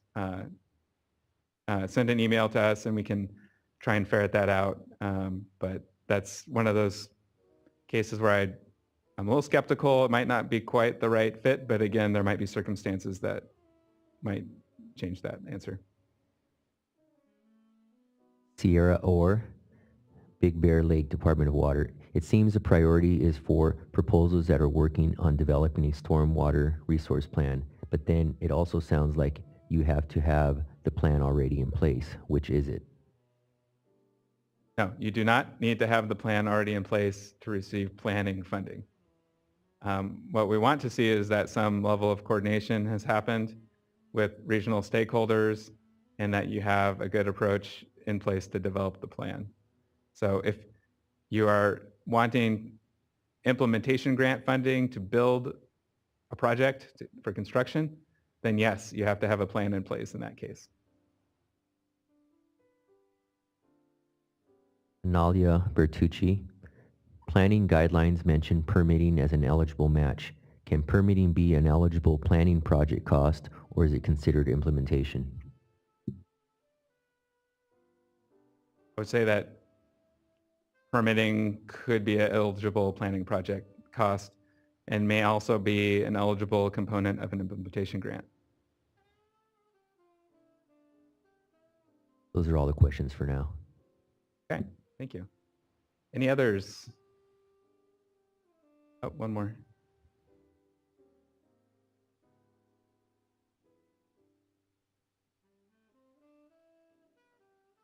I'm wondering about the size of the watershed and how that will be scored. You said first you're not taking into account when you're doing the scoring, but it comes in later. Is there some sort of square mile scoring criteria?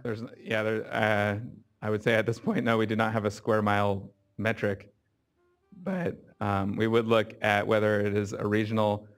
So for example, if you're using a small sub watershed or a small catchment and there's clearly a larger watershed involved that would make sense in your area to include in the planning process, then that's something that we would take into consideration. So yeah, at the end of the day, if you have a very, very small area, just for example, I've heard some towns, propose just to use the watershed of their very small town as the planning area. That might make sense in some cases, but may not. There could be instances where that's not awarded full points because it's not a regional effort. I'm from Alameda County, Yeah. and there are many smaller watersheds, 10, 15 square mile watersheds.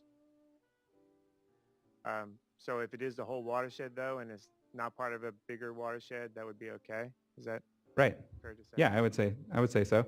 Just explain that. Yeah.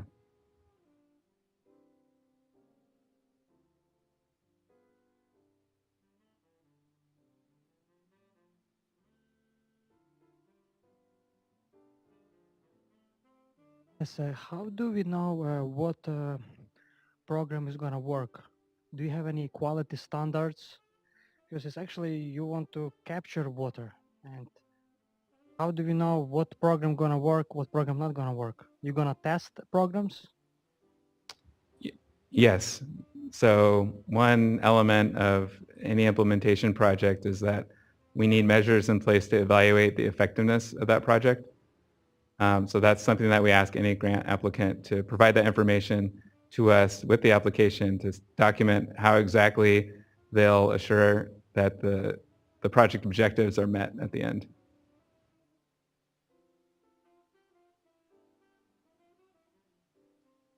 All right, I want to thank everyone for being here today. So we have about 20 minutes, and for those of you who want to attend the implementation grant workshop, we'll start that right at 11 o'clock. Thank you very much.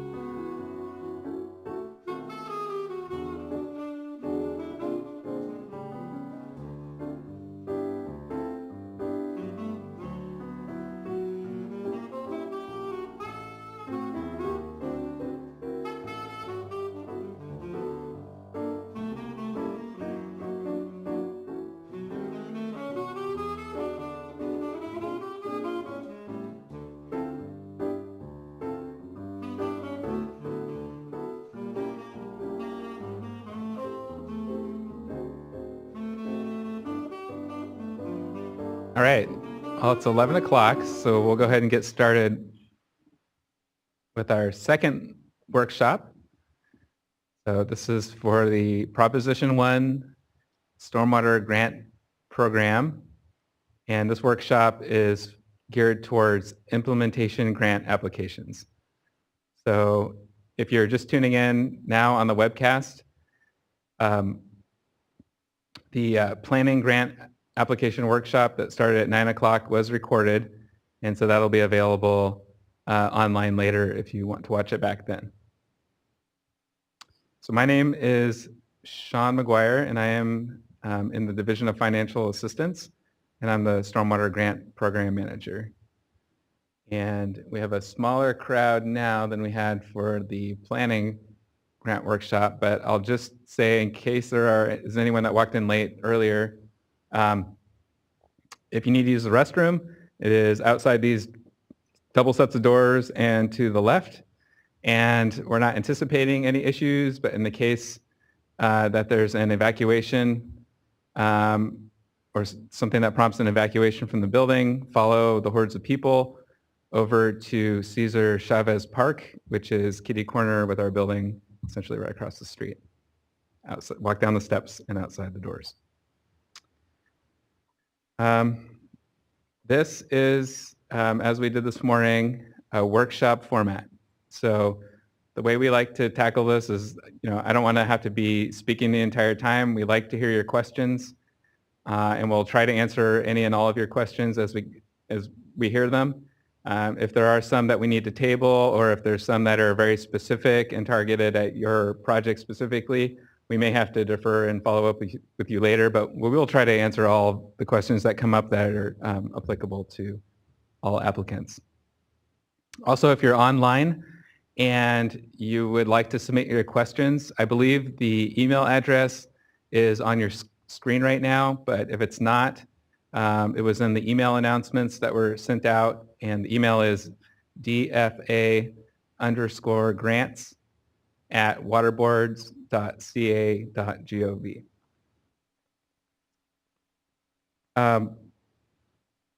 We are working on a frequently asked questions list, and we received a lot of great questions this morning, so we will have some more questions that we'll be adding to the list, and we will have that posted this week. One thing that we want to ensure is that all interested applicants are getting consistent responses from us as to how to interpret the guidelines where there are questions or to answer any issues that have been coming up. There are a few clarifications and that we'll be providing in the FAQ, and we'll go over a few of those today as well. Also, if there are two handouts, there was one for planning this morning, and there's a similar implementation packet handout booklet in the very back of the room. If you haven't picked one up and you would like one, feel free to help yourself. I'm not going to really flip through it, but it does have the PowerPoint presentations and some of the attachments and excerpts and things that you might find helpful as we walk through this today.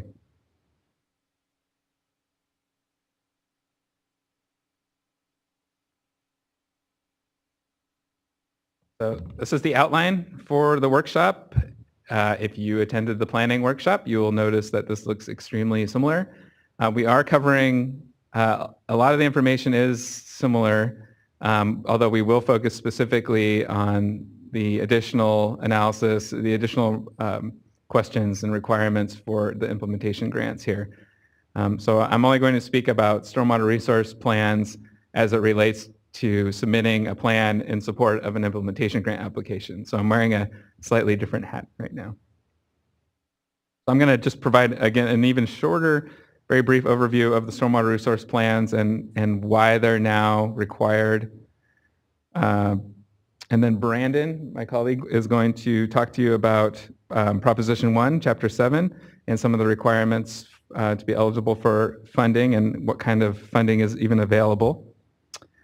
And then we will talk about how to apply and the real meat of the matter, which is the questionnaire and the scoring criteria. So I'm thinking most of you are here or online because you want to put together a winning grant application. And so we want to help you with that. And so we're going to share with you some tips and tricks and really the types of things that we look for as reviewers and scorers of those grant applications as we're going through the process. We receive many more applications than we're able to award funding. So certainly it's definitely within your best interest to hopefully follow our recommendations as much as you can. And at the end of the day, we want to fund great projects. That's what we're here for. And so we want great applications to support that. And so I look at this as a collaborative effort. You know, we're working with you to really make a difference and really see the benefit of Proposition 1 and the bond monies that have been approved by voters. I just wanted to do a brief introduction of the Waterboard staff that are here, as we did this morning. Brandon, could you start? Hi, folks. I'm Brandon Davison. I am a grant manager in the Stormwater unit.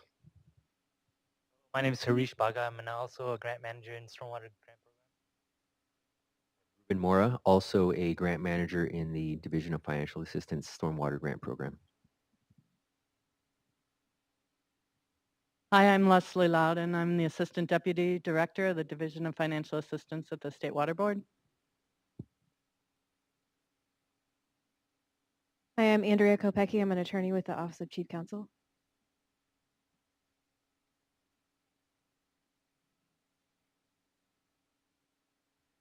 Hi, Michelle Stebbins. I'm an analyst for the Grants Administration Unit. I'm Carolyn Saputo, and I'm also an analyst with the Grants Administration Unit. Wendy Westerman, manager of the Grants Administration Unit. Thank you. With that, we'll get going. So for those of you who are interested in implementation grants, receiving money to construct multi-benefit stormwater management projects, one of the really key prerequisites to meet to be eligible for funding is that your project, no matter what the project is, with one exception that I'll speak of later, must be included in a stormwater resource plan to be eligible for funding. This is a new development with the passage of Senate Bill 985. and it's all happened very quickly as the Proposition 1 has rolled out and our funding guidelines have been developed. The Stormwater Resource Plan guidelines have been developed in conjunction with those. So there are a lot of similarities and hopefully synergies between the two sets of guidelines. Both sets were adopted at the State Water Board meeting on December 15th, 2015. They're also both available on our website. So if you're interested in applying for an implementation grant application and you're not sure whether or not your stormwater resource plan or a grouping of plans that might be considered functionally equivalent will meet the requirements. We're going to talk about this a few times, but please take a look at the Stormwater Resource Plan guidelines as well as the Proposition 1 guidelines. Honestly, these really go hand in hand, and you need to have both if you're going to have a successful, or understand both if you're going to have a successful grant application. And something to keep in mind is that SB 985 is required for any bonds approved after January 1st, 2014. So yes, this applies for stormwater projects, stormwater capture and dry weather runoff capture projects. Yes, this applies to the stormwater grant program that we're talking about today for Proposition 1. Yes, this applies to any other pot of funding made available through Proposition 1 for stormwater and dry weather runoff capture projects. And yes, this applies to any future bond for similar stormwater capture and dry weather runoff capture projects. So keep that in mind. If you don't have a stormwater resource plan, I encourage you to watch the workshop that we recorded earlier and consider applying for planning funding. But this is certainly here to stay. And so the opportunity is now, if you need a plan or an update of a plan, to think about that. We're really focused on projects and turning dirt over and getting things done in your watershed and really capitalizing on this opportunity to better use stormwater as a resource. And that's really what stormwater resource planning is all about. That's a strong emphasis of what Proposition 1 is about. And we want to do all that keeping in mind the opportunities that to realize multiple benefit projects.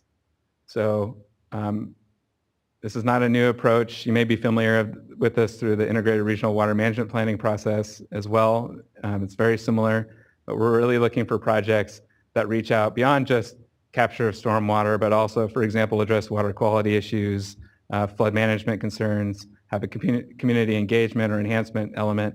We're really looking for projects that have broad benefits. And an emphasis of the stormwater resource plans, which may affect your implementation grant consideration, is just the emphasis for the use of publicly owned lands for capture and use projects. Certainly there's lots of projects in right-of-way and publicly owned property and other areas that could be better used as for stormwater management. I'm not going to go over this, but this is a list of some of the key components that need to be included in a stormwater resource plan.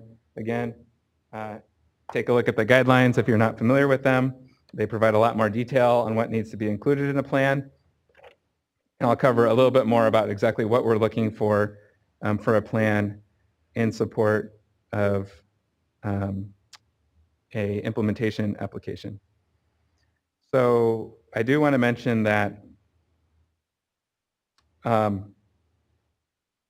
that plans are expected to change over time. So some of the questions that we've had is, hey, my project's not in a plan or this functionally equivalent plan.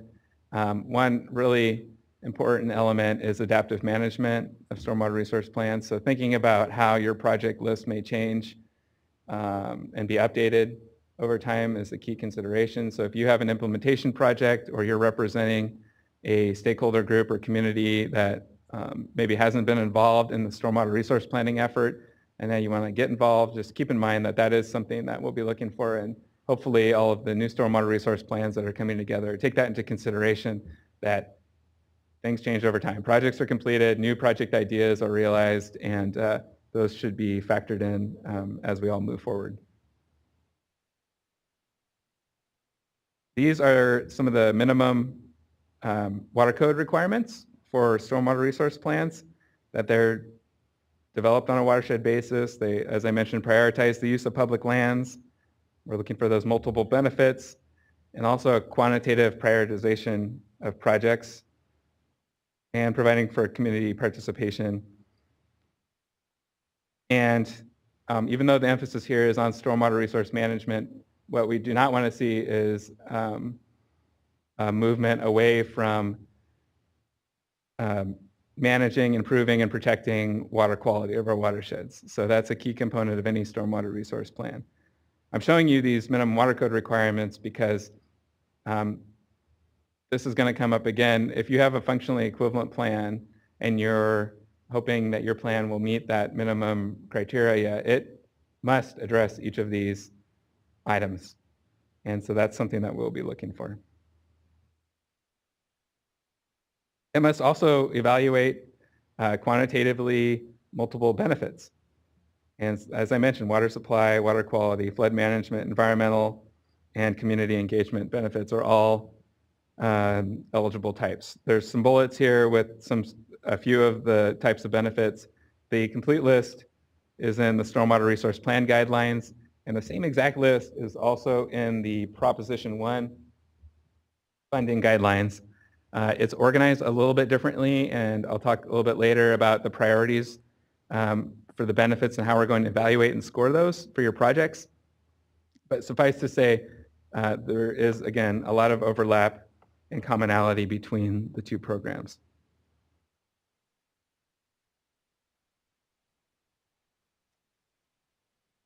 So a stormwater resource plan may build off of existing documents. It may be a functionally equivalent plan. Your stormwater resource plan does not have to be called stormwater resource plan. It can have a completely different name, so long as at the end of the day, it meets all of the checklist requirements, which I'll show shortly here. You will be okay with that. It does not need to be consistent with a local integrated regional water management plan. Doesn't mean it can't be. It certainly could be consistent with, but the way this is written specifically in Senate Bill 985, and what I take this to mean is that the multi-benefit evaluation and project prioritization process may be considerably different in an integrated regional water management plan than what might make sense in a stormwater resource plan. So there's nothing to say that the two processes have to be the same, or even that the projects need to be the same. However, that same plan, that stormwater resource plan, must be submitted to the local IRWM, and each IRWM region is obligated to incorporate the stormwater resource plans they receive into their IRWMP as well. So suffice to say, what we would like to see is a high level of coordination and communication with your IRWM stakeholders, just to assure that those needs are being met and there's a healthy dialogue there. We've had a number of regions propose to actually modify their IRWM, their existing IRWM plan, to either incorporate the stormwater resource plan requirements as an appendix or change the IRWM completely, and all of those options are fine.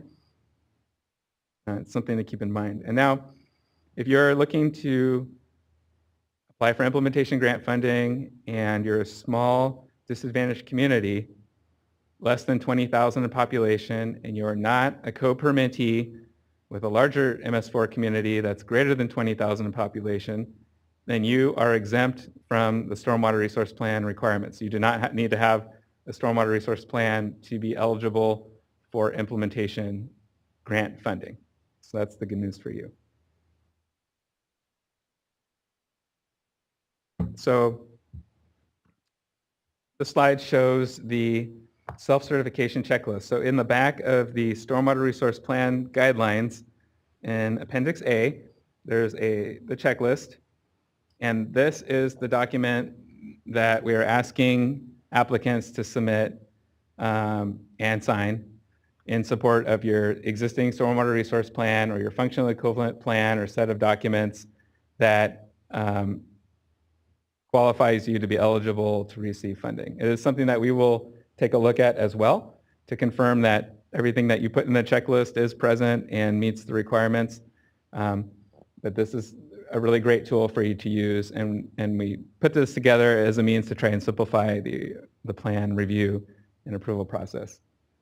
Now, there are two different types of boxes. There are gray shaded boxes and there are non-shaded boxes in this checklist. We've had lots of questions about this and what that means.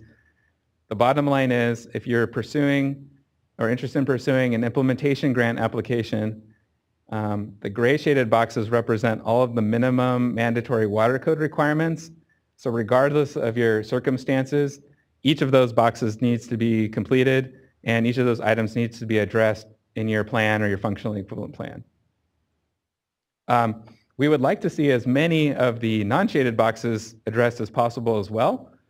But there is an opportunity if you are not able to meet all of the checklist items, non-shaded checklist items, that you can provide your rationale and justification in your checklist when it's completed and submitted, and that could suffice.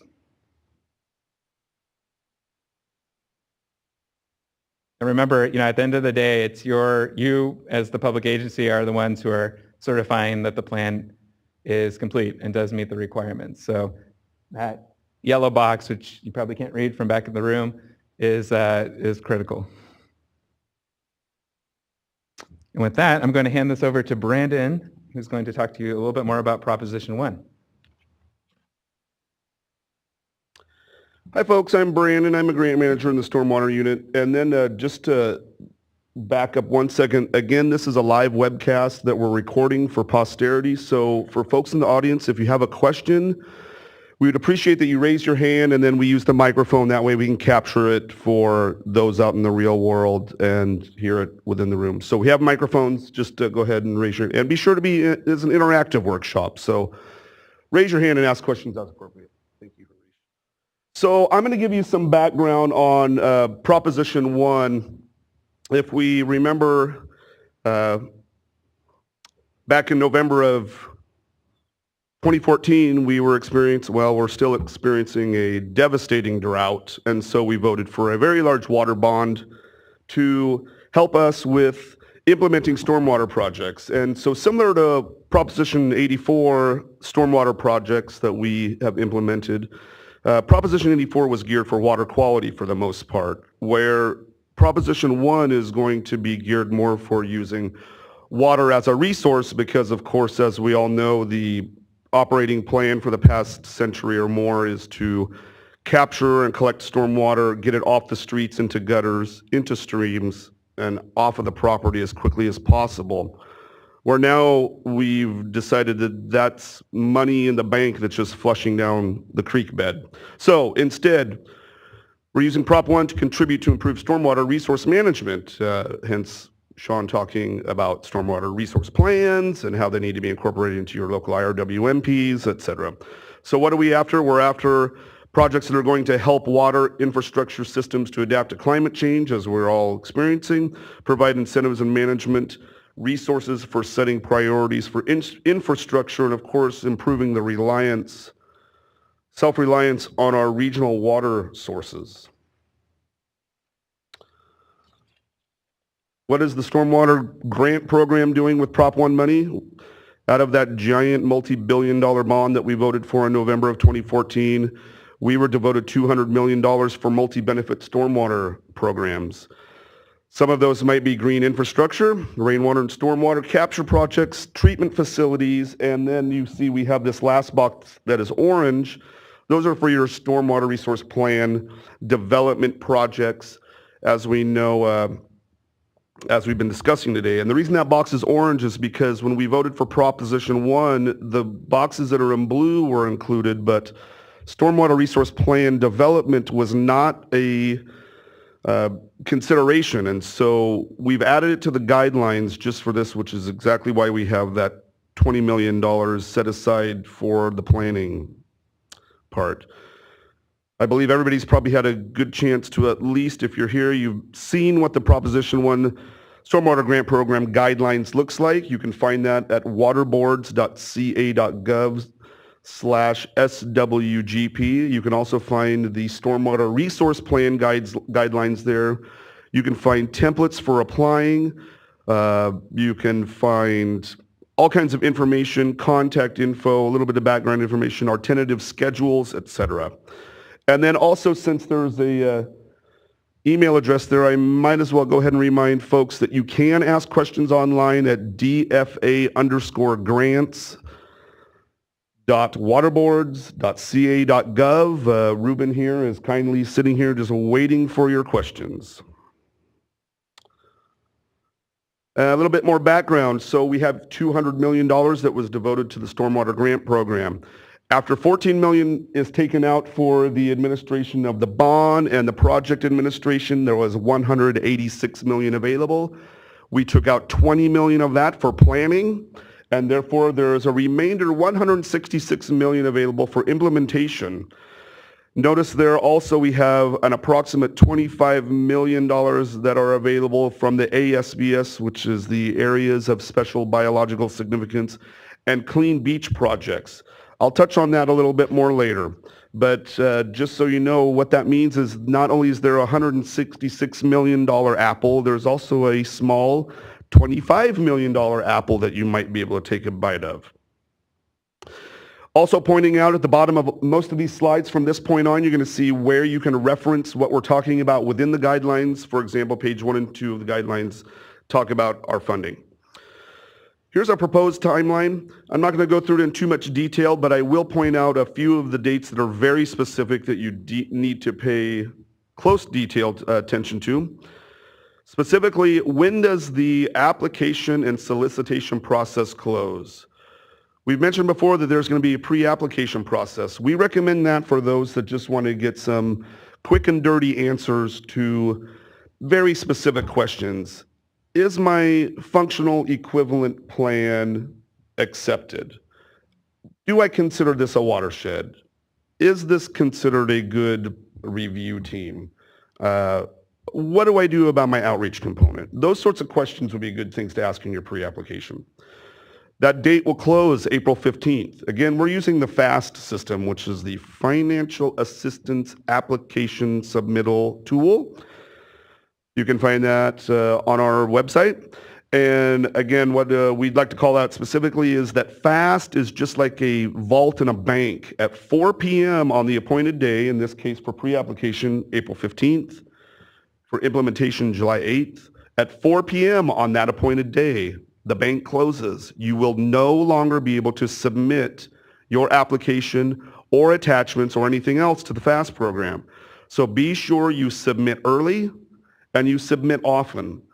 FAST is just like any other account. Like if I was going to create a Home Depot account, I would just put my name and a password, and you can do that today to start getting your process in order. But again, reminding you that it is just like a bank vault. It will close on the day that it says it closes, and you will not be able to get access to it. So again, submit often and save early. And then lastly, of course, you can see we have tentative lists that are coming up. Hopefully we're going to get all these agreements in place by spring of 2017. I also will point out that the Stormwater Resources Plan, you do not have to have the plan in place, but it has to be completed and submitted 90 days after we release our final funding list. We tentatively expect that to be in October of 2016. So your stormwater plan will need to be complete and submitted 90 days after that, which is why we have January of 2017. Some of our eligibility requirements. We've discussed this during our planning workshop. Again, public agencies, nonprofits, state and federally local recognized tribes, public utilities, mutual water companies, and groundwater sustainability agencies are the only folks that we have eligible. Part of our eligibility requirements, of course, it must be, your stormwater resource plan must be included and implemented in an adopted IRWMP.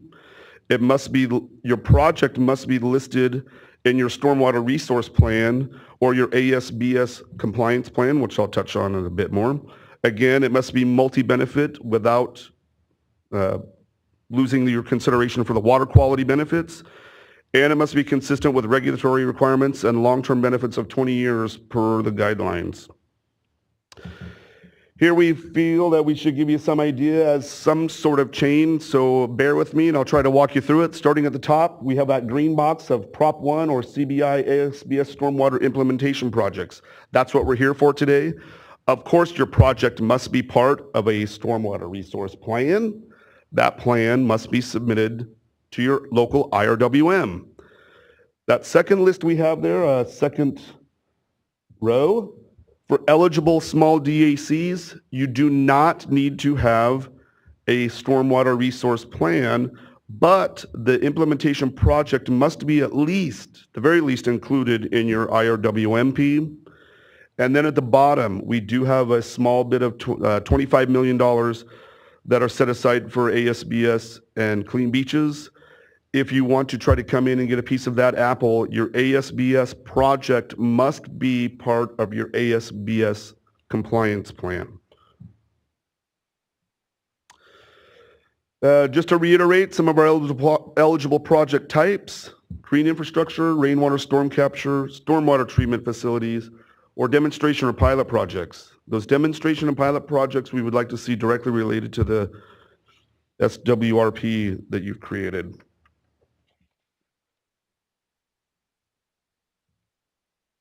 We've also had requests that not only do we have urban projects happening, so it might be for your MS4, your NPDES or TMDL requirements, but there's also a lot of rural areas that are also trying to get in on this. So when we had our guideline development workshops, there was a lot of agricultural communities that want to get in. So of course we added rural projects to this.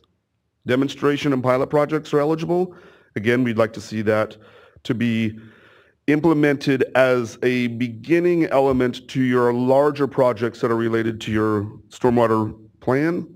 And of course, we'd like you to understand what is eligible versus ineligible components to your project. Eligible means is that they are directly related to your stormwater program. Things that are ineligible are not related to that. A great example is we have our DROPS program, which is outreach for schools. We are installing a permeable concrete play field, which we will pay for because you're infiltrating and cleaning stormwater, but we will not pay for tetherball. We will not pay for a backboard and a hoop and a net. Those are not directly related to low impact development strategies for stormwater, as much as we do like basketball. Go Kings. ASBS and CBI funds. So if you would like to get anybody here in the room trying to get in on the ASBS or CBI funds, there is money available. So if you are in a coastal community or your watershed drains into that coastal community and you can tie it in to your plan, there may be an extra pie that you're available to get to. But again, they must meet the requirements of the ASBS and CBI programs. They must be the same eligible project type as in your Prop 1, Chapter 7 eligibility requirements. And of course, they must be in the compliance plan, just like everything else has to.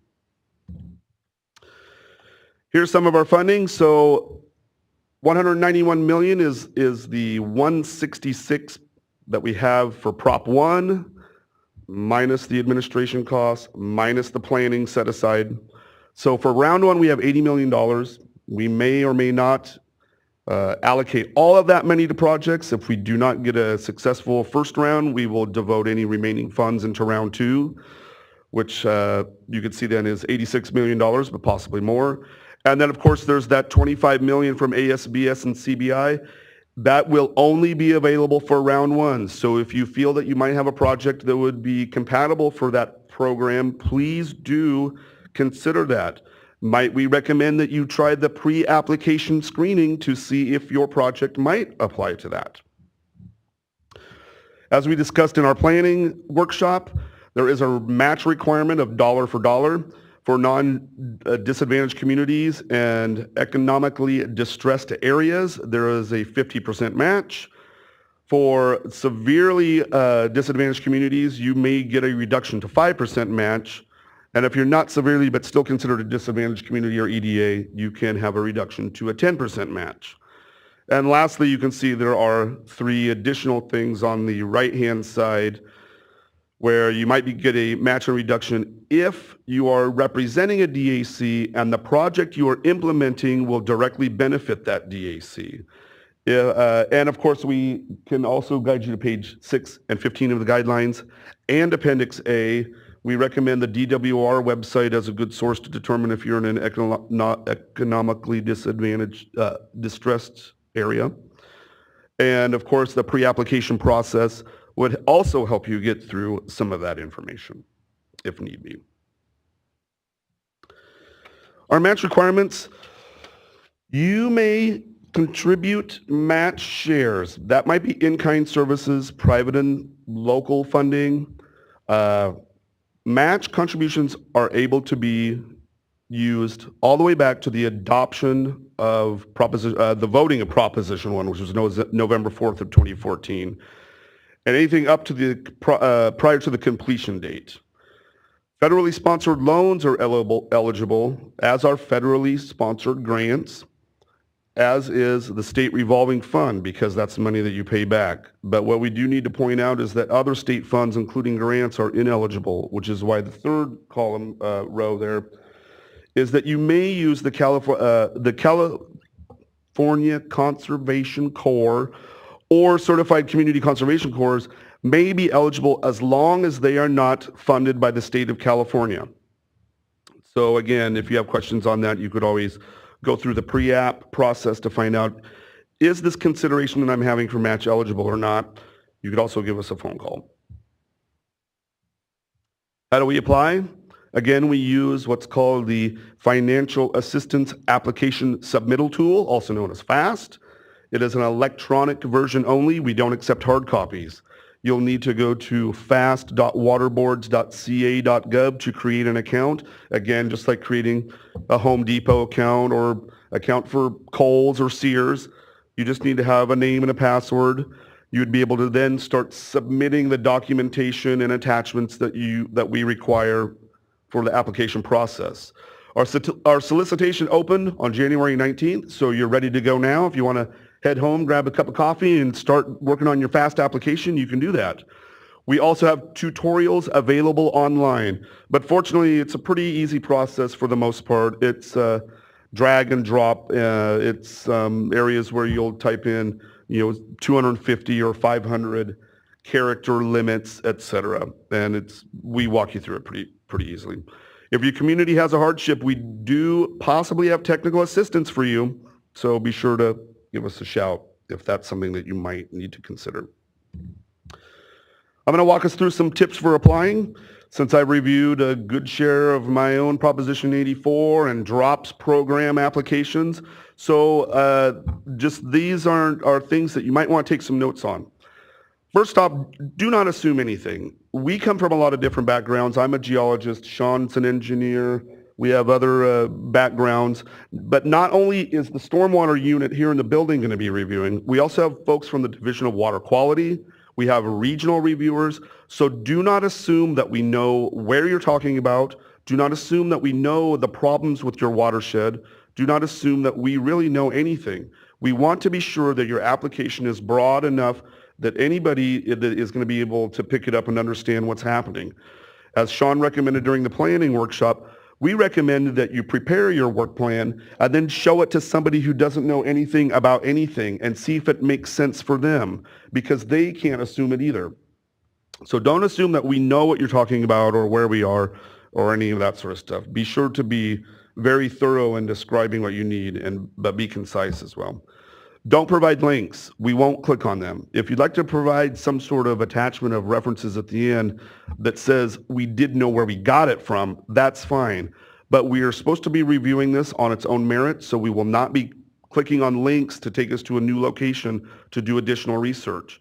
It's supposed to be fair and balanced, and everybody should have the same opportunity to score on their own merit, so we will not click links. We do recommend, as the third point, that we have awarded applications in FAST. There are successfully awarded projects there. These are all public record. Feel free to log on, find a successful project, see what they did well and why they got funded. You can also find terrible projects, find out why they didn't get funded. There's a broad variety of ways that you can apply. We recommend that you use the resource of FAST itself to see what a good project looks like and what a bad project looks like. We also suggest that organization is the key. Mind you that we'll probably be reviewing a pile of applications. Number your pages, title your pages, make sure that we can understand what we're looking at. If you want me to see something in your budget narrative that is referenced in your work plan, be sure that I can see. Please refer to budget narrative page 2, right? So we need organization. As best as you can make it clear for us to understand, being from broad backgrounds and from different locations, the better off you'll be. Be certain to use the templates that we provide. We provide templates for the budget. We provide templates for a couple other things. But be sure that if we provide a template that you use the template that we provide and follow their instructions. Say more with less. You have a 20-page restriction to your work plan for implementation applications. Just to let people know, planning, we said we had 10-page work plan limit, which is true. But for implementation, understanding that these are probably going to be more comprehensive, we do allow a 20-page work plan, but we don't recommend that you load it with fluff. We really would like you to be concise and stick to the details and let us know what is going to be happening. As it says, say more with less. Back to the work plan, stick to the page limits.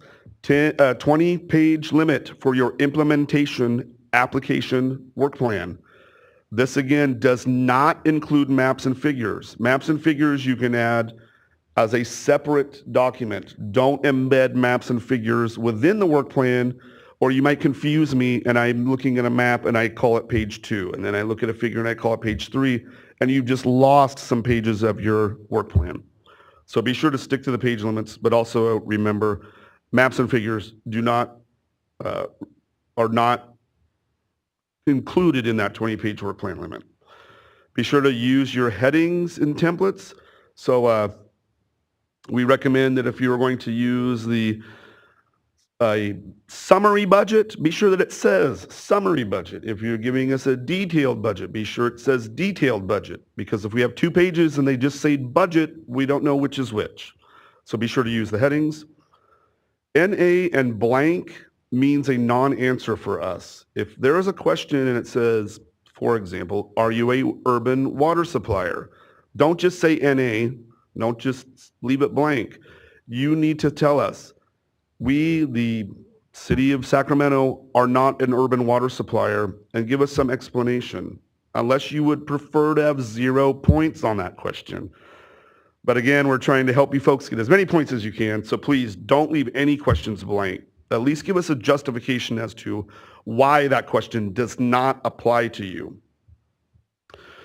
Please do not reference other applications, because we won't look at it. You may have had a successful project in the past and you can mention it, but we will not look at the application. So don't bother with referencing it. And also take note of what else we're going to be discussing today, because there is going to be a ton of details. And I would like to just finish off a couple of things. One more time, save often. Start your FAST application and start submitting it and save it. Also submit your stuff early. Again, we have that closing date, and just like a bank vault, it closes at 4 p.m. And if at 3 o'clock, half of the state is trying to submit an attachment, it's going to gum up fast and it's going to seize up and you will not get your stuff submitted. And one other thing that I feel I should mention on, for some reason, FAST is not a big fan of Mac products. So we would highly recommend that you use a PC to save your Word documents in a PDF form, submit them in a PDF form. PDFs seem to work pretty well. They load up pretty fast. But really the point being, Mac products just aren't our favorite. So I would recommend that you use PC if you can when you are submitting your products to FAST. Folks, any questions? Yes, we have one in the back. That's you, Hurry. I'll tell you what, my part's done, so we can take the questions. I'll just run that out there. Okay.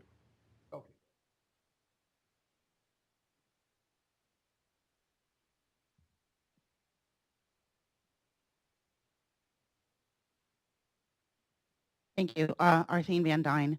I have a question about the match requirements. You mentioned a number of different possible sources of funding. Wondering if public-private partnerships can be part of this? I don't see why not. That sounds fine as long as it meets all of the eligibility requirements. All right. Thank you. Any questions? All right, so as Brandon mentioned, we have an opportunity for this optional pre-application. So if you have any questions at all in the process for your implementation grant application, this is your chance to get them answered from us fast. So we received a lot of comments on during the guideline development process about the fact that this was all happening so quickly, that the guidelines were being rushed. And so part of the way that we address that is by moving the timeline out a bit for the first round of funding. And that's why implementation grant applications in part aren't due until July 8th. So that gives us really a unique opportunity and really quite a long window for you to put your applications together, but also for us to provide some support to you if you have questions. So I think Brandon mentioned a lot of these. I won't go over all these in detail, but we can help if you're not sure if your project's eligible or you're not sure about your project type and if it's really a good fit for the stormwater program. There are definitely lots of unique ideas out there. We've kind of broadened the interpretation. Brandon mentioned rural agricultural projects that we might be willing to fund. If you got some ideas and you want to float those by us beforehand, that would be a good way to go, and this is how you can do that. It's built into FAST, just like Brandon was describing. It's a really simplified application, and honestly, I want you to fill out as much information as you have handy, and go about it that way. You can also then use some of that information that you've developed and roll that into your full application too when the time comes. The other thing is that if you have a stormwater resource plan or a functionally equivalent plan and you would like us to take a look at it and see where you stand, submitting it through the pre-application process would be a way to go. So keep that in mind. Remember, the window closes on this on April 15th. Yes, it's tax day, but it also gives us enough time to take all the questions together, all the pre-applications, and gives us a chance to give responses to everyone. Okay, so now we're into the application process, and if you were here for the planning grant application, this will look very similar. The format is the same. The questions are different, so keep that in mind. But there are, again, 4 required sections for grant proposals. So there's program selection and general information, background information, and the proposal questions where really the scoring is critical, and the attachments. So I'll go over each of those. So on the program selection and general information tab, just a couple of things that are really important to keep in mind. One is that the project title, you can call it whatever you want, but just keep in mind that that project title will stick with you for the life of the grant. Every document, every single page is going to have that title on there, every submittal. So we would suggest that you make it something somewhat concise, yet easy to understand, that you wouldn't mind having on every single page. So make it well thought out. Sometimes we get projects with titles that it's really hard to understand from the title what the project even is. And so try and make sure that you have enough keywords in there that it's clear what the project is trying to accomplish and what it's for. Likewise, the project description, we use this box to determine whether your project is eligible for funding. So it's short, it doesn't need to be a really exhaustive, detailed description, but it does need to be clear enough that we know what it is that we would be awarding funding to, and we can confirm that it is eligible to receive stormwater grant funds. I think a lot of these other boxes are fairly self-explanatory, but you can always ask us or let us know if you have questions.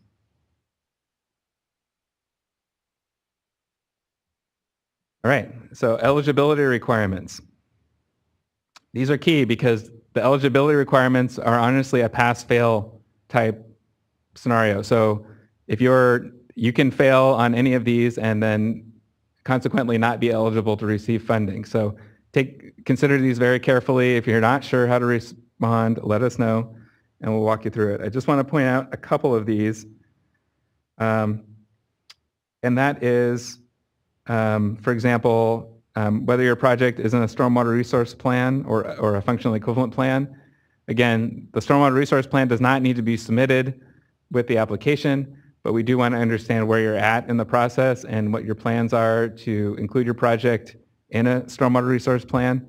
So be prepared to explain that, but you will not, because the plans are not due till 90 days after final grant award, you will not be, you'll still be eligible for funding as long as you provide that explanation.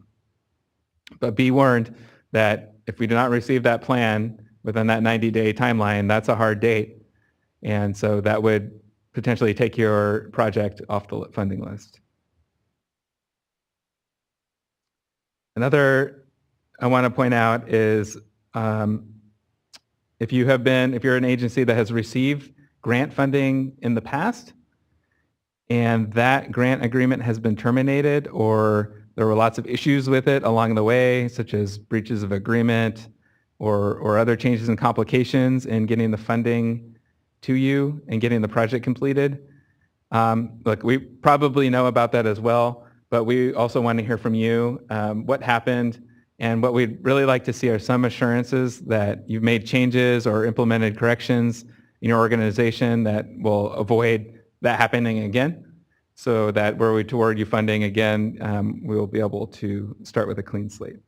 So please just be forthcoming on that question. Any questions so far? So now we get into the points. And if you were here for the planning workshop, you would have noted there that the work plan component of the application was worth 65 points. In this case, it's worth 35 points. And so keep that in mind because there are some other elements that are key that were not in the planning grant application that you need to pay attention to. So again, the first column are the questions and the scoring criteria. The second column has the scoring question number. So just pay attention in the funding guidelines, in the two appendices. One has the questions that are asked of you in the FAST application that you need to answer, and the other appendix has the scoring questions that we as reviewers will be evaluating to determine what your scores are. So those are the scoring questions are shown here on the slide, and the application questions are actually a different numbering, so just keep that in mind if it doesn't look familiar to you. And then the last column is the maximum points possible for this grouping of questions. So for example, the slide you see here has maximum points of 15 based on your responses to all of these questions that are posed. So none of these are make or break. So if for example, one question is not answered completely, it doesn't mean that you automatically get 0 points and can't move forward. We would look at the collective response to this grouping of questions when we're assigning points. So keep that in mind as well. So the Stormwater Resource Plan or equivalent, I've mentioned this several times, but this is another place where you have an opportunity to explain where your plan is in development or if it's already developed and will be submitted. You can submit it with the application if it's ready to go, by all means. Actually, that would make it easier for us and probably for you just to get that taken care of, but you can delay that. You do have that opportunity. The goals, we're looking for a brief description of how your project fits the needs and the intent of Proposition 1, the Chapter 7 requirements. So Brandon talked about that, and he mentioned exactly what we're looking for, what Proposition 1's looking for. We need to have that articulated in the application and for you to demonstrate to us how your project fits those requirements. Likewise, the purpose could discuss, for example, water quality issues that you're addressing. Certainly using stormwater as a resource is an emphasis, but as I mentioned, we don't want to lose sight of the opportunity to better manage and enhance water quality, and there are lots of water quality issues to be dealt with in stormwater. And so to the extent that we can fund projects that fulfill both of those, we look at that as a definite plus.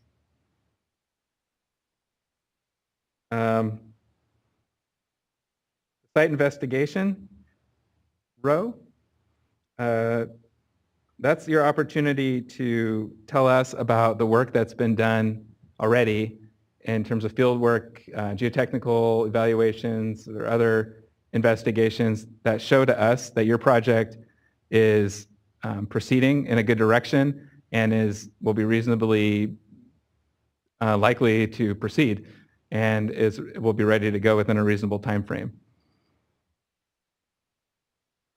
There are opportunities to fund some of this preliminary work, but honestly, we would like to see projects that are fairly well developed by this point of the application process. As Brandon mentioned, maps and figures are not included in the page limit, but we really would value having them included in your work plan. So one thing that happens for our reviewers who are maybe not familiar with all of the different areas, all the different watersheds, all the different cities in California, is that we have no idea where your project is. And so a map that shows, the vicinity and location of your project and illustrates to us what your project is all about really can go a long way. Pictures worth 1,000 words, probably heard that before, and that's really true here as well.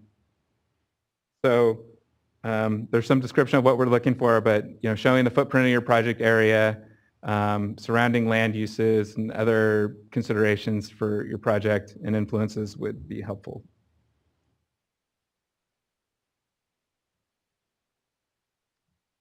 All right, so this is the rest of the work plan. So the detailed tasks is your scope of work. This is how the project is going to be completed. We have a template for that, and I suggest you use the template as you put your work plan together. It's on the website right now, and we have a specific grouping of high-level tasks that in 5 main categories that I suggest you follow. After the main task categories, for example, planning, design, and construction implementation, and outreach, and project administration, you can add as many subtasks as needed as makes sense for your project application. And what we're looking for here is for enough detail to be included that we're able to take this scope of work that you've developed and format it and get it included in a grant agreement at the end of the day. So you'll make your life easier and our life easier as well if your tasks are clearly described, and also if they match the budget and the schedule for the overall project. These are key. I can't tell you enough how many times we've looked at things and seen inconsistencies between the budget, the schedule, and the work plan, and that is just a real red flag for us. So pay close attention to that.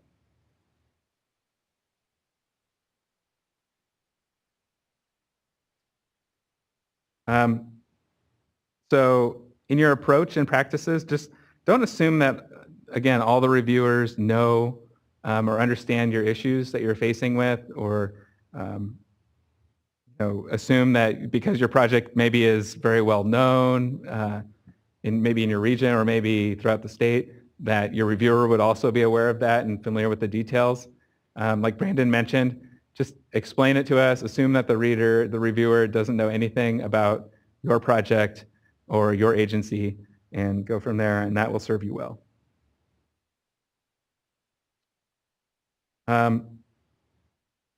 So do not list in the scientific and technical support area, do not list or reference documents. Provide a summary. So if you have a specific plan or a preliminary investigation that was completed, tell us a little bit about what that was and what it meant and what it served and what the outcome is, so that we can take that into consideration. If you just provide, again, a list of documents, we're not able to really do anything with that other than look at it. We can't go click on a link or pull up the document separately. There is an attachment, so you do have an opportunity to provide summarized information from technical reports and other documents that help support your project. So that would be a place for you to include some of that information, heavily emphasizing the summarize part. We do not need the entire report or study included. We do not have time to read it all. And so really cutting to the chase and sharing with us the information that is really important and key to help support your application is what we want to take a look at too. And lastly, experience and knowledge. We're also asking for the resumes of the team. So what we do not need is a 10-page resume from everyone who's involved in the project. What we're looking for is a brief, maybe 1 or 2 page resume or description of your team members and explaining how they have the experience and qualifications necessary to ensure that the project will get completed. That's what we're looking for.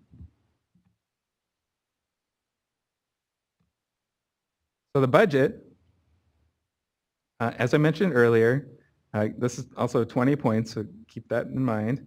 But a lot of times we as reviewers start with the budget. The numbers are there. It's usually pretty apparent to us if the costs are reasonable or you're in the ballpark for your project application. And it really gives us a quick scan and sense of what components your project includes and where the emphasis is. So take some time and put some thought into putting your budget together to make sure it's clear and that your assumptions are well documented in your narrative. So don't just submit the budget with your table alone.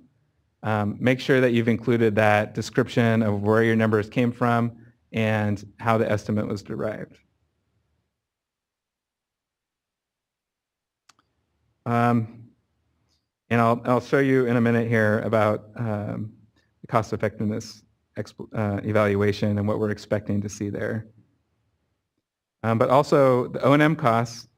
So an important component of the applications is that you make an assurance and commitment to maintain the project for 20 years.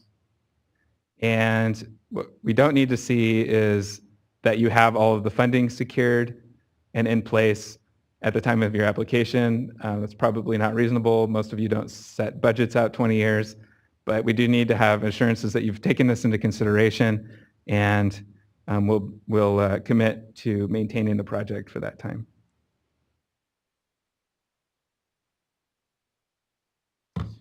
So this shows the budget template, and I would suggest you follow this template. It has the 5 main categories, as I mentioned earlier: project admin, planning, design, engineering, environmental, construction, and implementation, monitoring and performance, education, outreach. So these are for your major high-level tasks on this budget summary. And this gives us a breakdown of the grant versus the match and other funding sources. And this is a really important tool that we use to evaluate your project and the amount of funding that you're looking for. This is where you get to put all the detail. So this is the budget detail spreadsheet. So this is where you put as many of the assumptions about unit costs or other project assumptions that you've made and all the subtasks and detail staff time and hours, for example, would be included in this element. So one thing to keep in mind is that when you put classifications in there, this is a grant that's probably going to last 4 years. So staffing are going to change. You'll have folks retire, or you'll have new folks come on board or get a promotion. So put the full list of classifications that could work on the project. Make sure you include that. And I would suggest you put the high end of the hourly billing rate for each of those classifications. It makes it easier for us to evaluate, and certainly if at the start of the project your staff aren't quite at that billing rate yet, you're more than welcome to bill out at a lower rate than the maximum, but that's something that we'd like to see. But be sure to list all the classifications. So accounting, engineers, planners, anyone that really might get involved in the project, make sure those are included.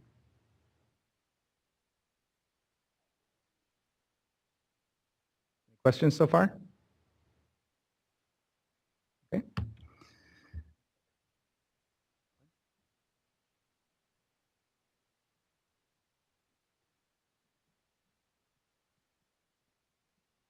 Thank you. Can we combine the projects? You combine projects? We have a solution for environmental issue with rain capture program. Well, good question. So like I mentioned, we are looking for multi-benefit projects. So if you have a project that accomplishes more than one benefit, that's exactly what we're looking for. Would I say that we're looking to group a suite of projects together that are independent of each other? No, not really. These are mostly targeted at standalone multi-benefit projects. All right, so one new element, if you worked on a Proposition 84 grant application that you did not see before that we've added for Proposition 1 is a cost-benefit evaluation. If you were involved in a Round 1 Proposition 84 grant application that was awarded, you were asked similar questions. But essentially what we're trying to get at is a cost per acre foot benefit for your project. This is a tool that we're going to use just to compare essentially the reasonableness of the costs broadly. It's a way for us to collect helpful information for use in the future and just understand really how your project sits in comparison to others.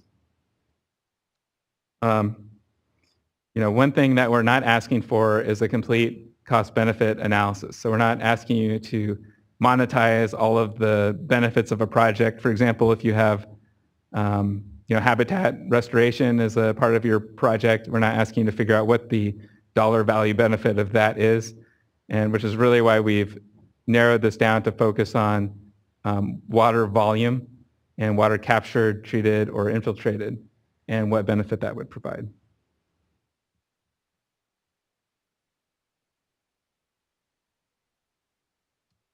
So this just shows a blow up of that.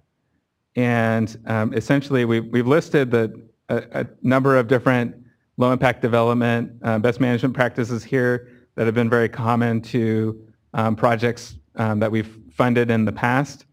That's not to say that if you have a different project that is a good fit for the stormwater program that it's not necessarily eligible. We do have an other at the very bottom of this table, so you can fill in if you have a different project, but we're trying to group them as much as we can. But this table asks you to input the capital cost of your project, which is just the construction cost only, and the form explains exactly what we're looking for. And also an annual operations and maintenance cost. Again, doesn't need to be perfect, doesn't need to be completely honed in at this point. I understand, and we understand that this is fairly early in the process, but some estimate of what the O&M commitment might be for this project and component. And then really to do a net present value analysis. So the O&M, present value of the O&M over the useful life of the project, plus the capital cost divided by the acre foot of water benefit. And I'll talk a little bit more about the benefit in a minute. So the project schedule, I mentioned this earlier in the planning workshop. The schedule shows us the timeline and assures us that the overall project timeline is reasonable and achievable. So for example, if you have a very large scale project that requires an environmental impact report and you have not started on that environmental impact report, in all likelihood that you may not be far enough along in the process. But if you're somewhere in the process and you have some reasonable assurance that it can be done in time, factor that into your timeline and show us exactly how that is going to all fit together. We're looking to ensure that the tasks, again, align with the work plan and the budget, that we can lay all these things on a table side by side and everything matches nicely. And also the schedule really, if you use a Gantt chart or Microsoft Project or something like that, that's fine, but make sure that it's legible. At the end of the day, try to get it to a point where if we show it on the computer screen or if we print out maybe an 11 by 17 version, that we can read all of the tasks and read all the milestone dates on it. If we can't, then you probably have too much detail or need to do some formatting.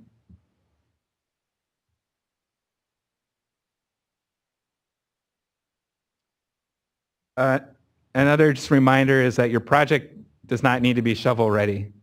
So some of the opportunity with the implementation grant funds is that we can pay for some of the final design work, for example. You'll see that in the guidelines and exactly what is eligible as part of an implementation grant.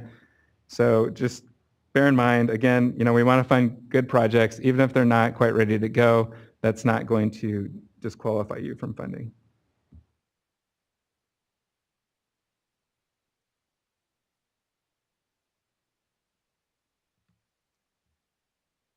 So another element of this is, and there was a question about this earlier, is how will we assure that the project achieves its stormwater management goals at the end of the day? And the way we do that is through a monitoring component. And so we have a project assessment and evaluation process form that we require you fill out as part of your implementation grant application, and it's something that gets updated with the grant agreement that's developed, and then also throughout the grant process, implementation process. So it identifies the targets for the benefits that you've claimed. So your project has to be multi-benefit. It's going to have multiple targets. And it also gives a way for you to articulate to us how you'll measure achievement of those benefits. And so there's a sample table on our website that you can use. And these are just some examples. You don't exactly have to have all of these. You might have different goals and benefits and tools, but this just gives you a sense for the type of information that we're looking for. And so this one shows pollutant load reduction as an example. The project goal might be reduction in pollutant concentrations from a site. And the targets may be removal of a certain number of pounds of pollutant. And the tools would be exactly how you would assure that much pollutant has been removed by whatever means you think appropriate. This is essentially the same thing. This might look at, this says water conservation, supply reliability, enhancement, and recycling. So for example, most of your projects probably will have a water resource, water supply benefit to them. And so, reductions in dry weather runoff or reductions in water use, so water conservation might be project goals. And then you might talk about how that's quantified and then how you would measure that success. Same thing for education and outreach. Although education and outreach is really not an emphasis in Proposition 1. In previous bonds, it was a greater emphasis and supported more discreetly. Here, we're able to fund education and outreach when it directly links to project implementation. So for example, if you're constructing a project in a community and need to have some public outreach meetings in order to get the community engaged and on board with your project, that would be eligible.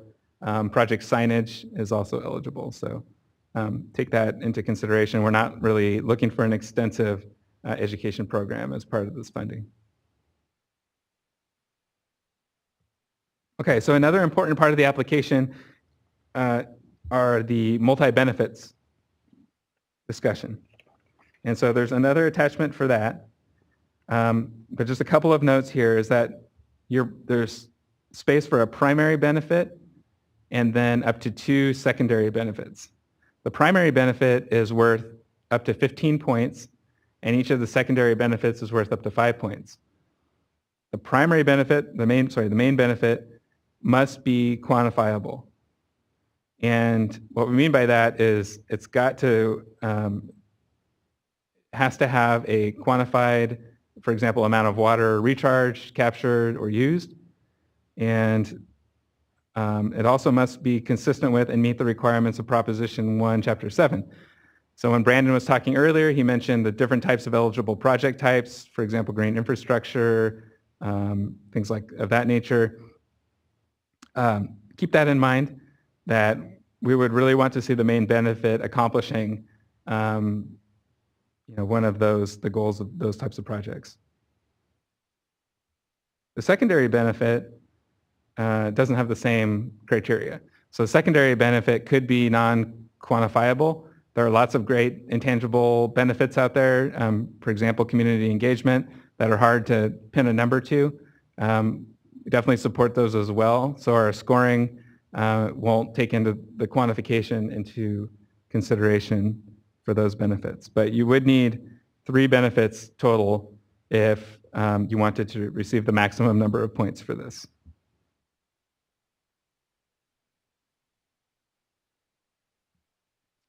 So this table, there's a quantifiable benefits attachment. There are a few questions that we're asking you to answer to explain how you arrived at your estimate of the quantifiable benefits that your main benefit will provide. And then this table just provides a way for you to summarize what those benefits are so we can have all the information together in one place. And ultimately what we're looking to see is that your benefits that you've quantified then link back to your cost effectiveness evaluation so that we're all speaking apples to apples across, for example, the number of acre feet of water recharged then funnels into your cost effectiveness analysis and so on.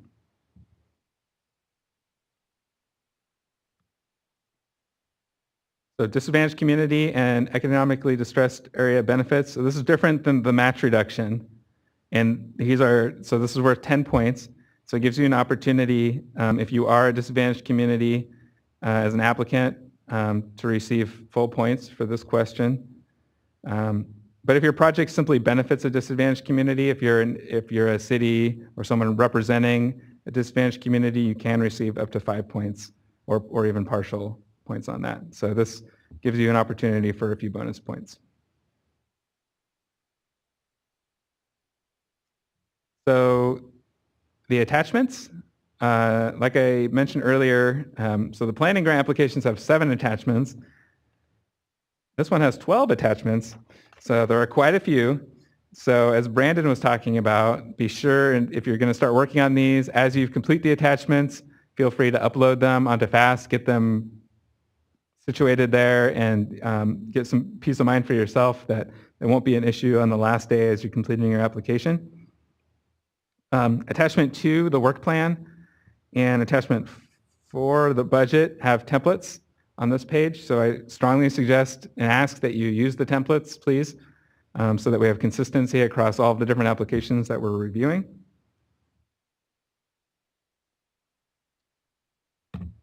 And likewise on this, we have templates for attachment 7, the performance measures, as I talked about earlier. The quantification of benefits also has a template. And if you're interested in applying for reduced match or getting some extra points for disadvantaged community benefits, I would suggest you look at Appendix A of the funding guidelines for more information on how to justify that. And with that, we have an opportunity for any questions that you might have.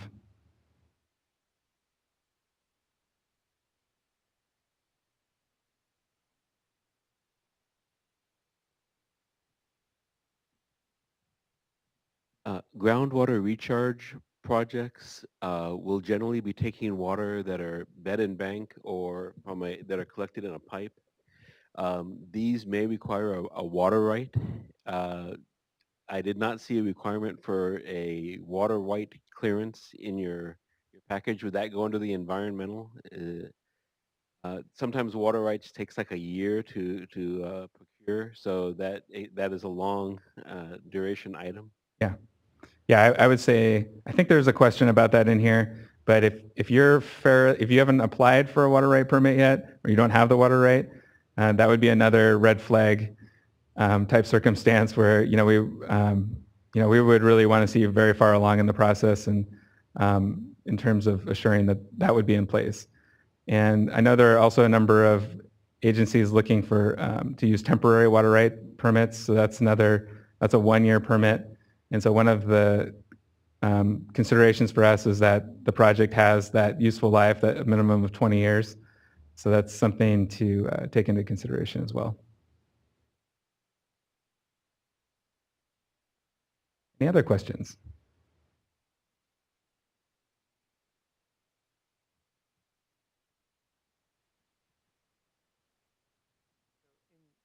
Your, let's see, where was it? Quantifiable benefits. You have groundwater recharge, infiltration, infiltration, and a third one, I think. Is there a priority to those? Is reuse better than infiltration? Okay.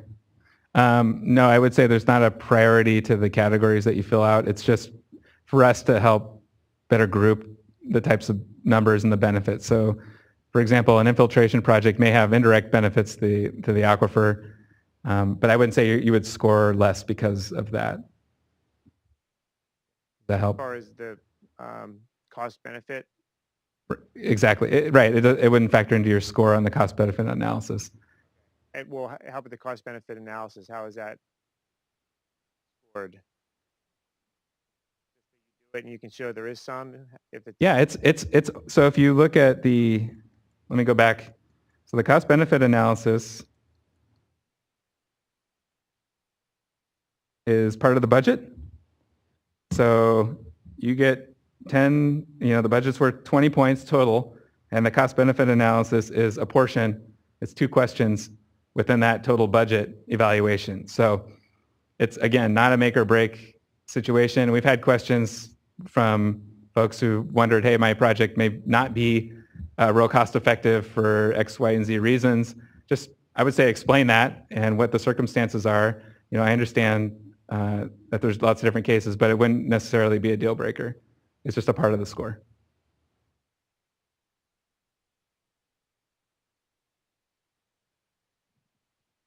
You have multiple people submitting documents working on these applications at the same time? I would say yes, if they have the account information. Yeah. And there's an opportunity, there's a feature as well that allow a consultant or a representative, I think, on behalf of an applicant work on it as well.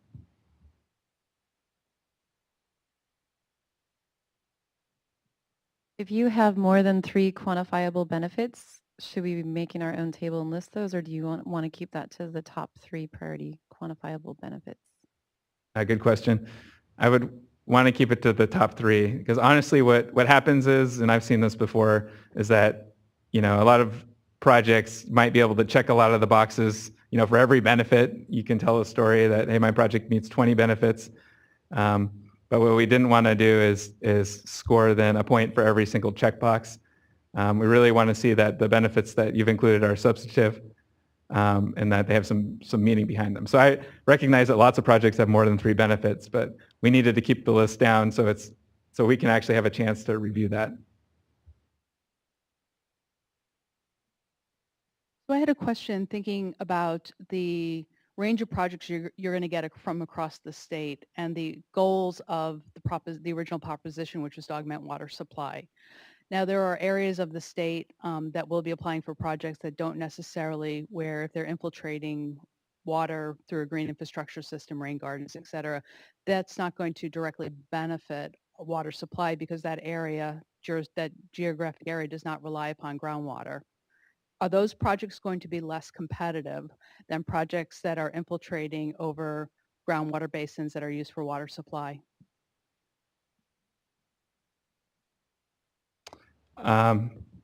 That possibility exists, yes.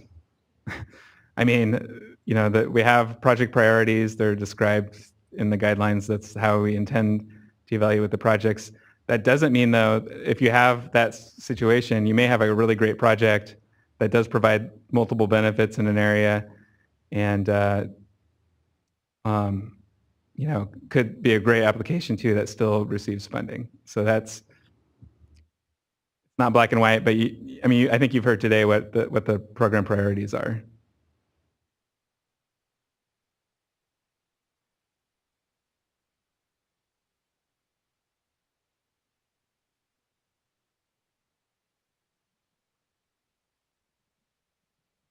So if you have an infiltration technique that reduces downstream flooding, you would quantify that by the number of houses that if you can drop the water level by 3-4 inches, that many houses are not flooded as a result. Is that the quantification method you'd look for? I would say look at the Stormwater Resource Plan guidelines. It talks about so one thing that we're looking for is consistent units across different benefit types. So it might be, for example, stream flow reduction or flood risk reduction. I'm not sure about quantifying number of houses, but look to that. And if you have more questions about that, we can talk about that offline. Yeah, cubic feet per second. And yeah, sure. Any other questions? I think we have some from the website or the email, so we can go to those. Jason Burke, what is the process for having the functionally equivalent checklist reviewed in the FAST pre-application before the end of the planning solicitation for project-specific applications? So I would, if you have a functionally equivalent plan and you want it to be reviewed, I would say submit it through your pre-application. And if it's a group of documents, so not only would the checklist be helpful, but it'd also be really helpful for us to see a cover letter or a memo describing how these documents fit together meaningfully. The checklist on its own might not really tell the whole story. So I'm not asking for a report, but something just to provide enough of a framework and background information to explain how these documents work together. So we're still working on the details of exactly how we're going to get the responses out, but stay tuned for that. We'll provide that information as soon as we can. But suffice to say, we have no idea how many functionally equivalent stormwater resource plans are out there. So we don't know how many are going to be submitted to us right now, and we have a limited amount of staffing. So I would suggest if you have that plan in hand, fill out the checklist and get it to us as quickly as possible, and we'll try to get those responded to in the order received. Grace Cast, can a joint powers authority be eligible if its members are either water suppliers, groundwater users?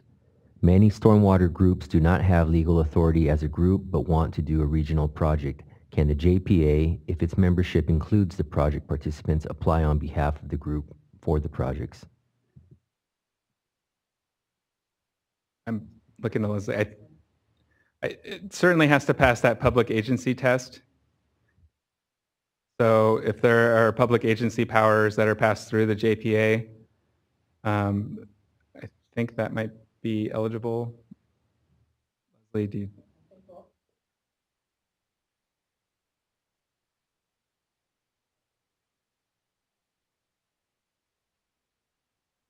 Yeah. Okay. The answer is yes. Thank you, Andrea. Aaron Cassie, Will these funds cover costs to complete CEQA and other necessary permitting, or must that already be complete? Can we incorporate costs to complete final design? Absolutely. So no, your project does not need to be shovel ready, ready to go to construction day one after the funding is awarded. We can fund some reasonable portion of permitting and CEQA and even final design. So I don't think there are specific percent thresholds for each in the guidelines, but let's apply that reasonable test to it. You know, what we're really looking for is to see projects built and construction occurring. So we would want the majority of the funding to be geared towards that element and not the majority of the funding to be geared towards design.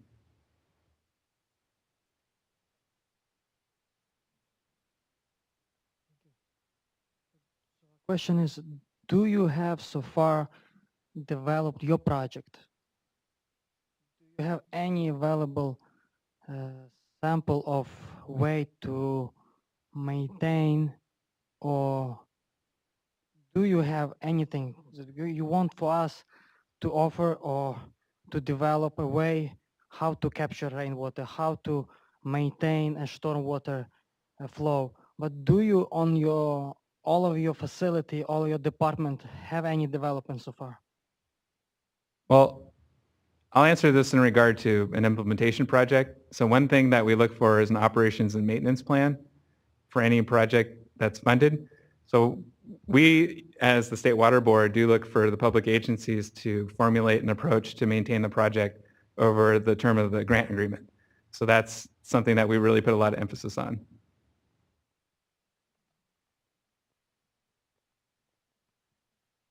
Sherry Lasik, could a project that increases the amount of water that can be captured in a dammed reservoir be eligible as a project that captures rainwater?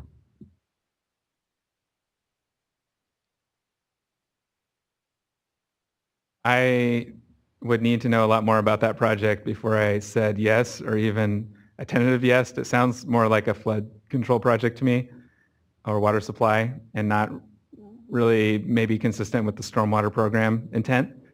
That being said, if you have more questions, we can talk about that. Submit a pre-application, and we can go from there.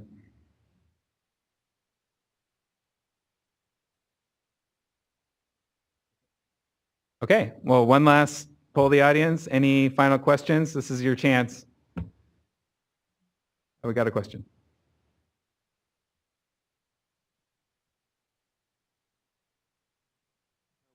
Are awarded, is it on? Yeah, when the funds are awarded, is it, so we have an application for $3 million. Is the $3 million put into an account somewhere, or do every time we want to buy something, we have to write?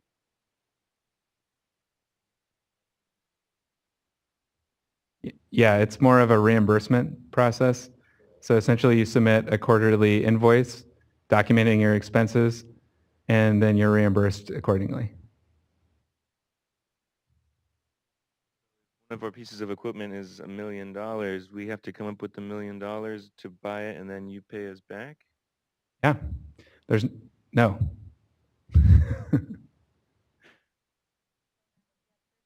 From payment from, I'm sorry, it's a reimbursement program. You have to incur the cost, but actually you have 30 days after we reimburse you to pay that cost, as long as you get the person who you're incurring the cost from's agreement to that. 30 days to get that money to whoever you incurred the cost from. Thank you, Wendy.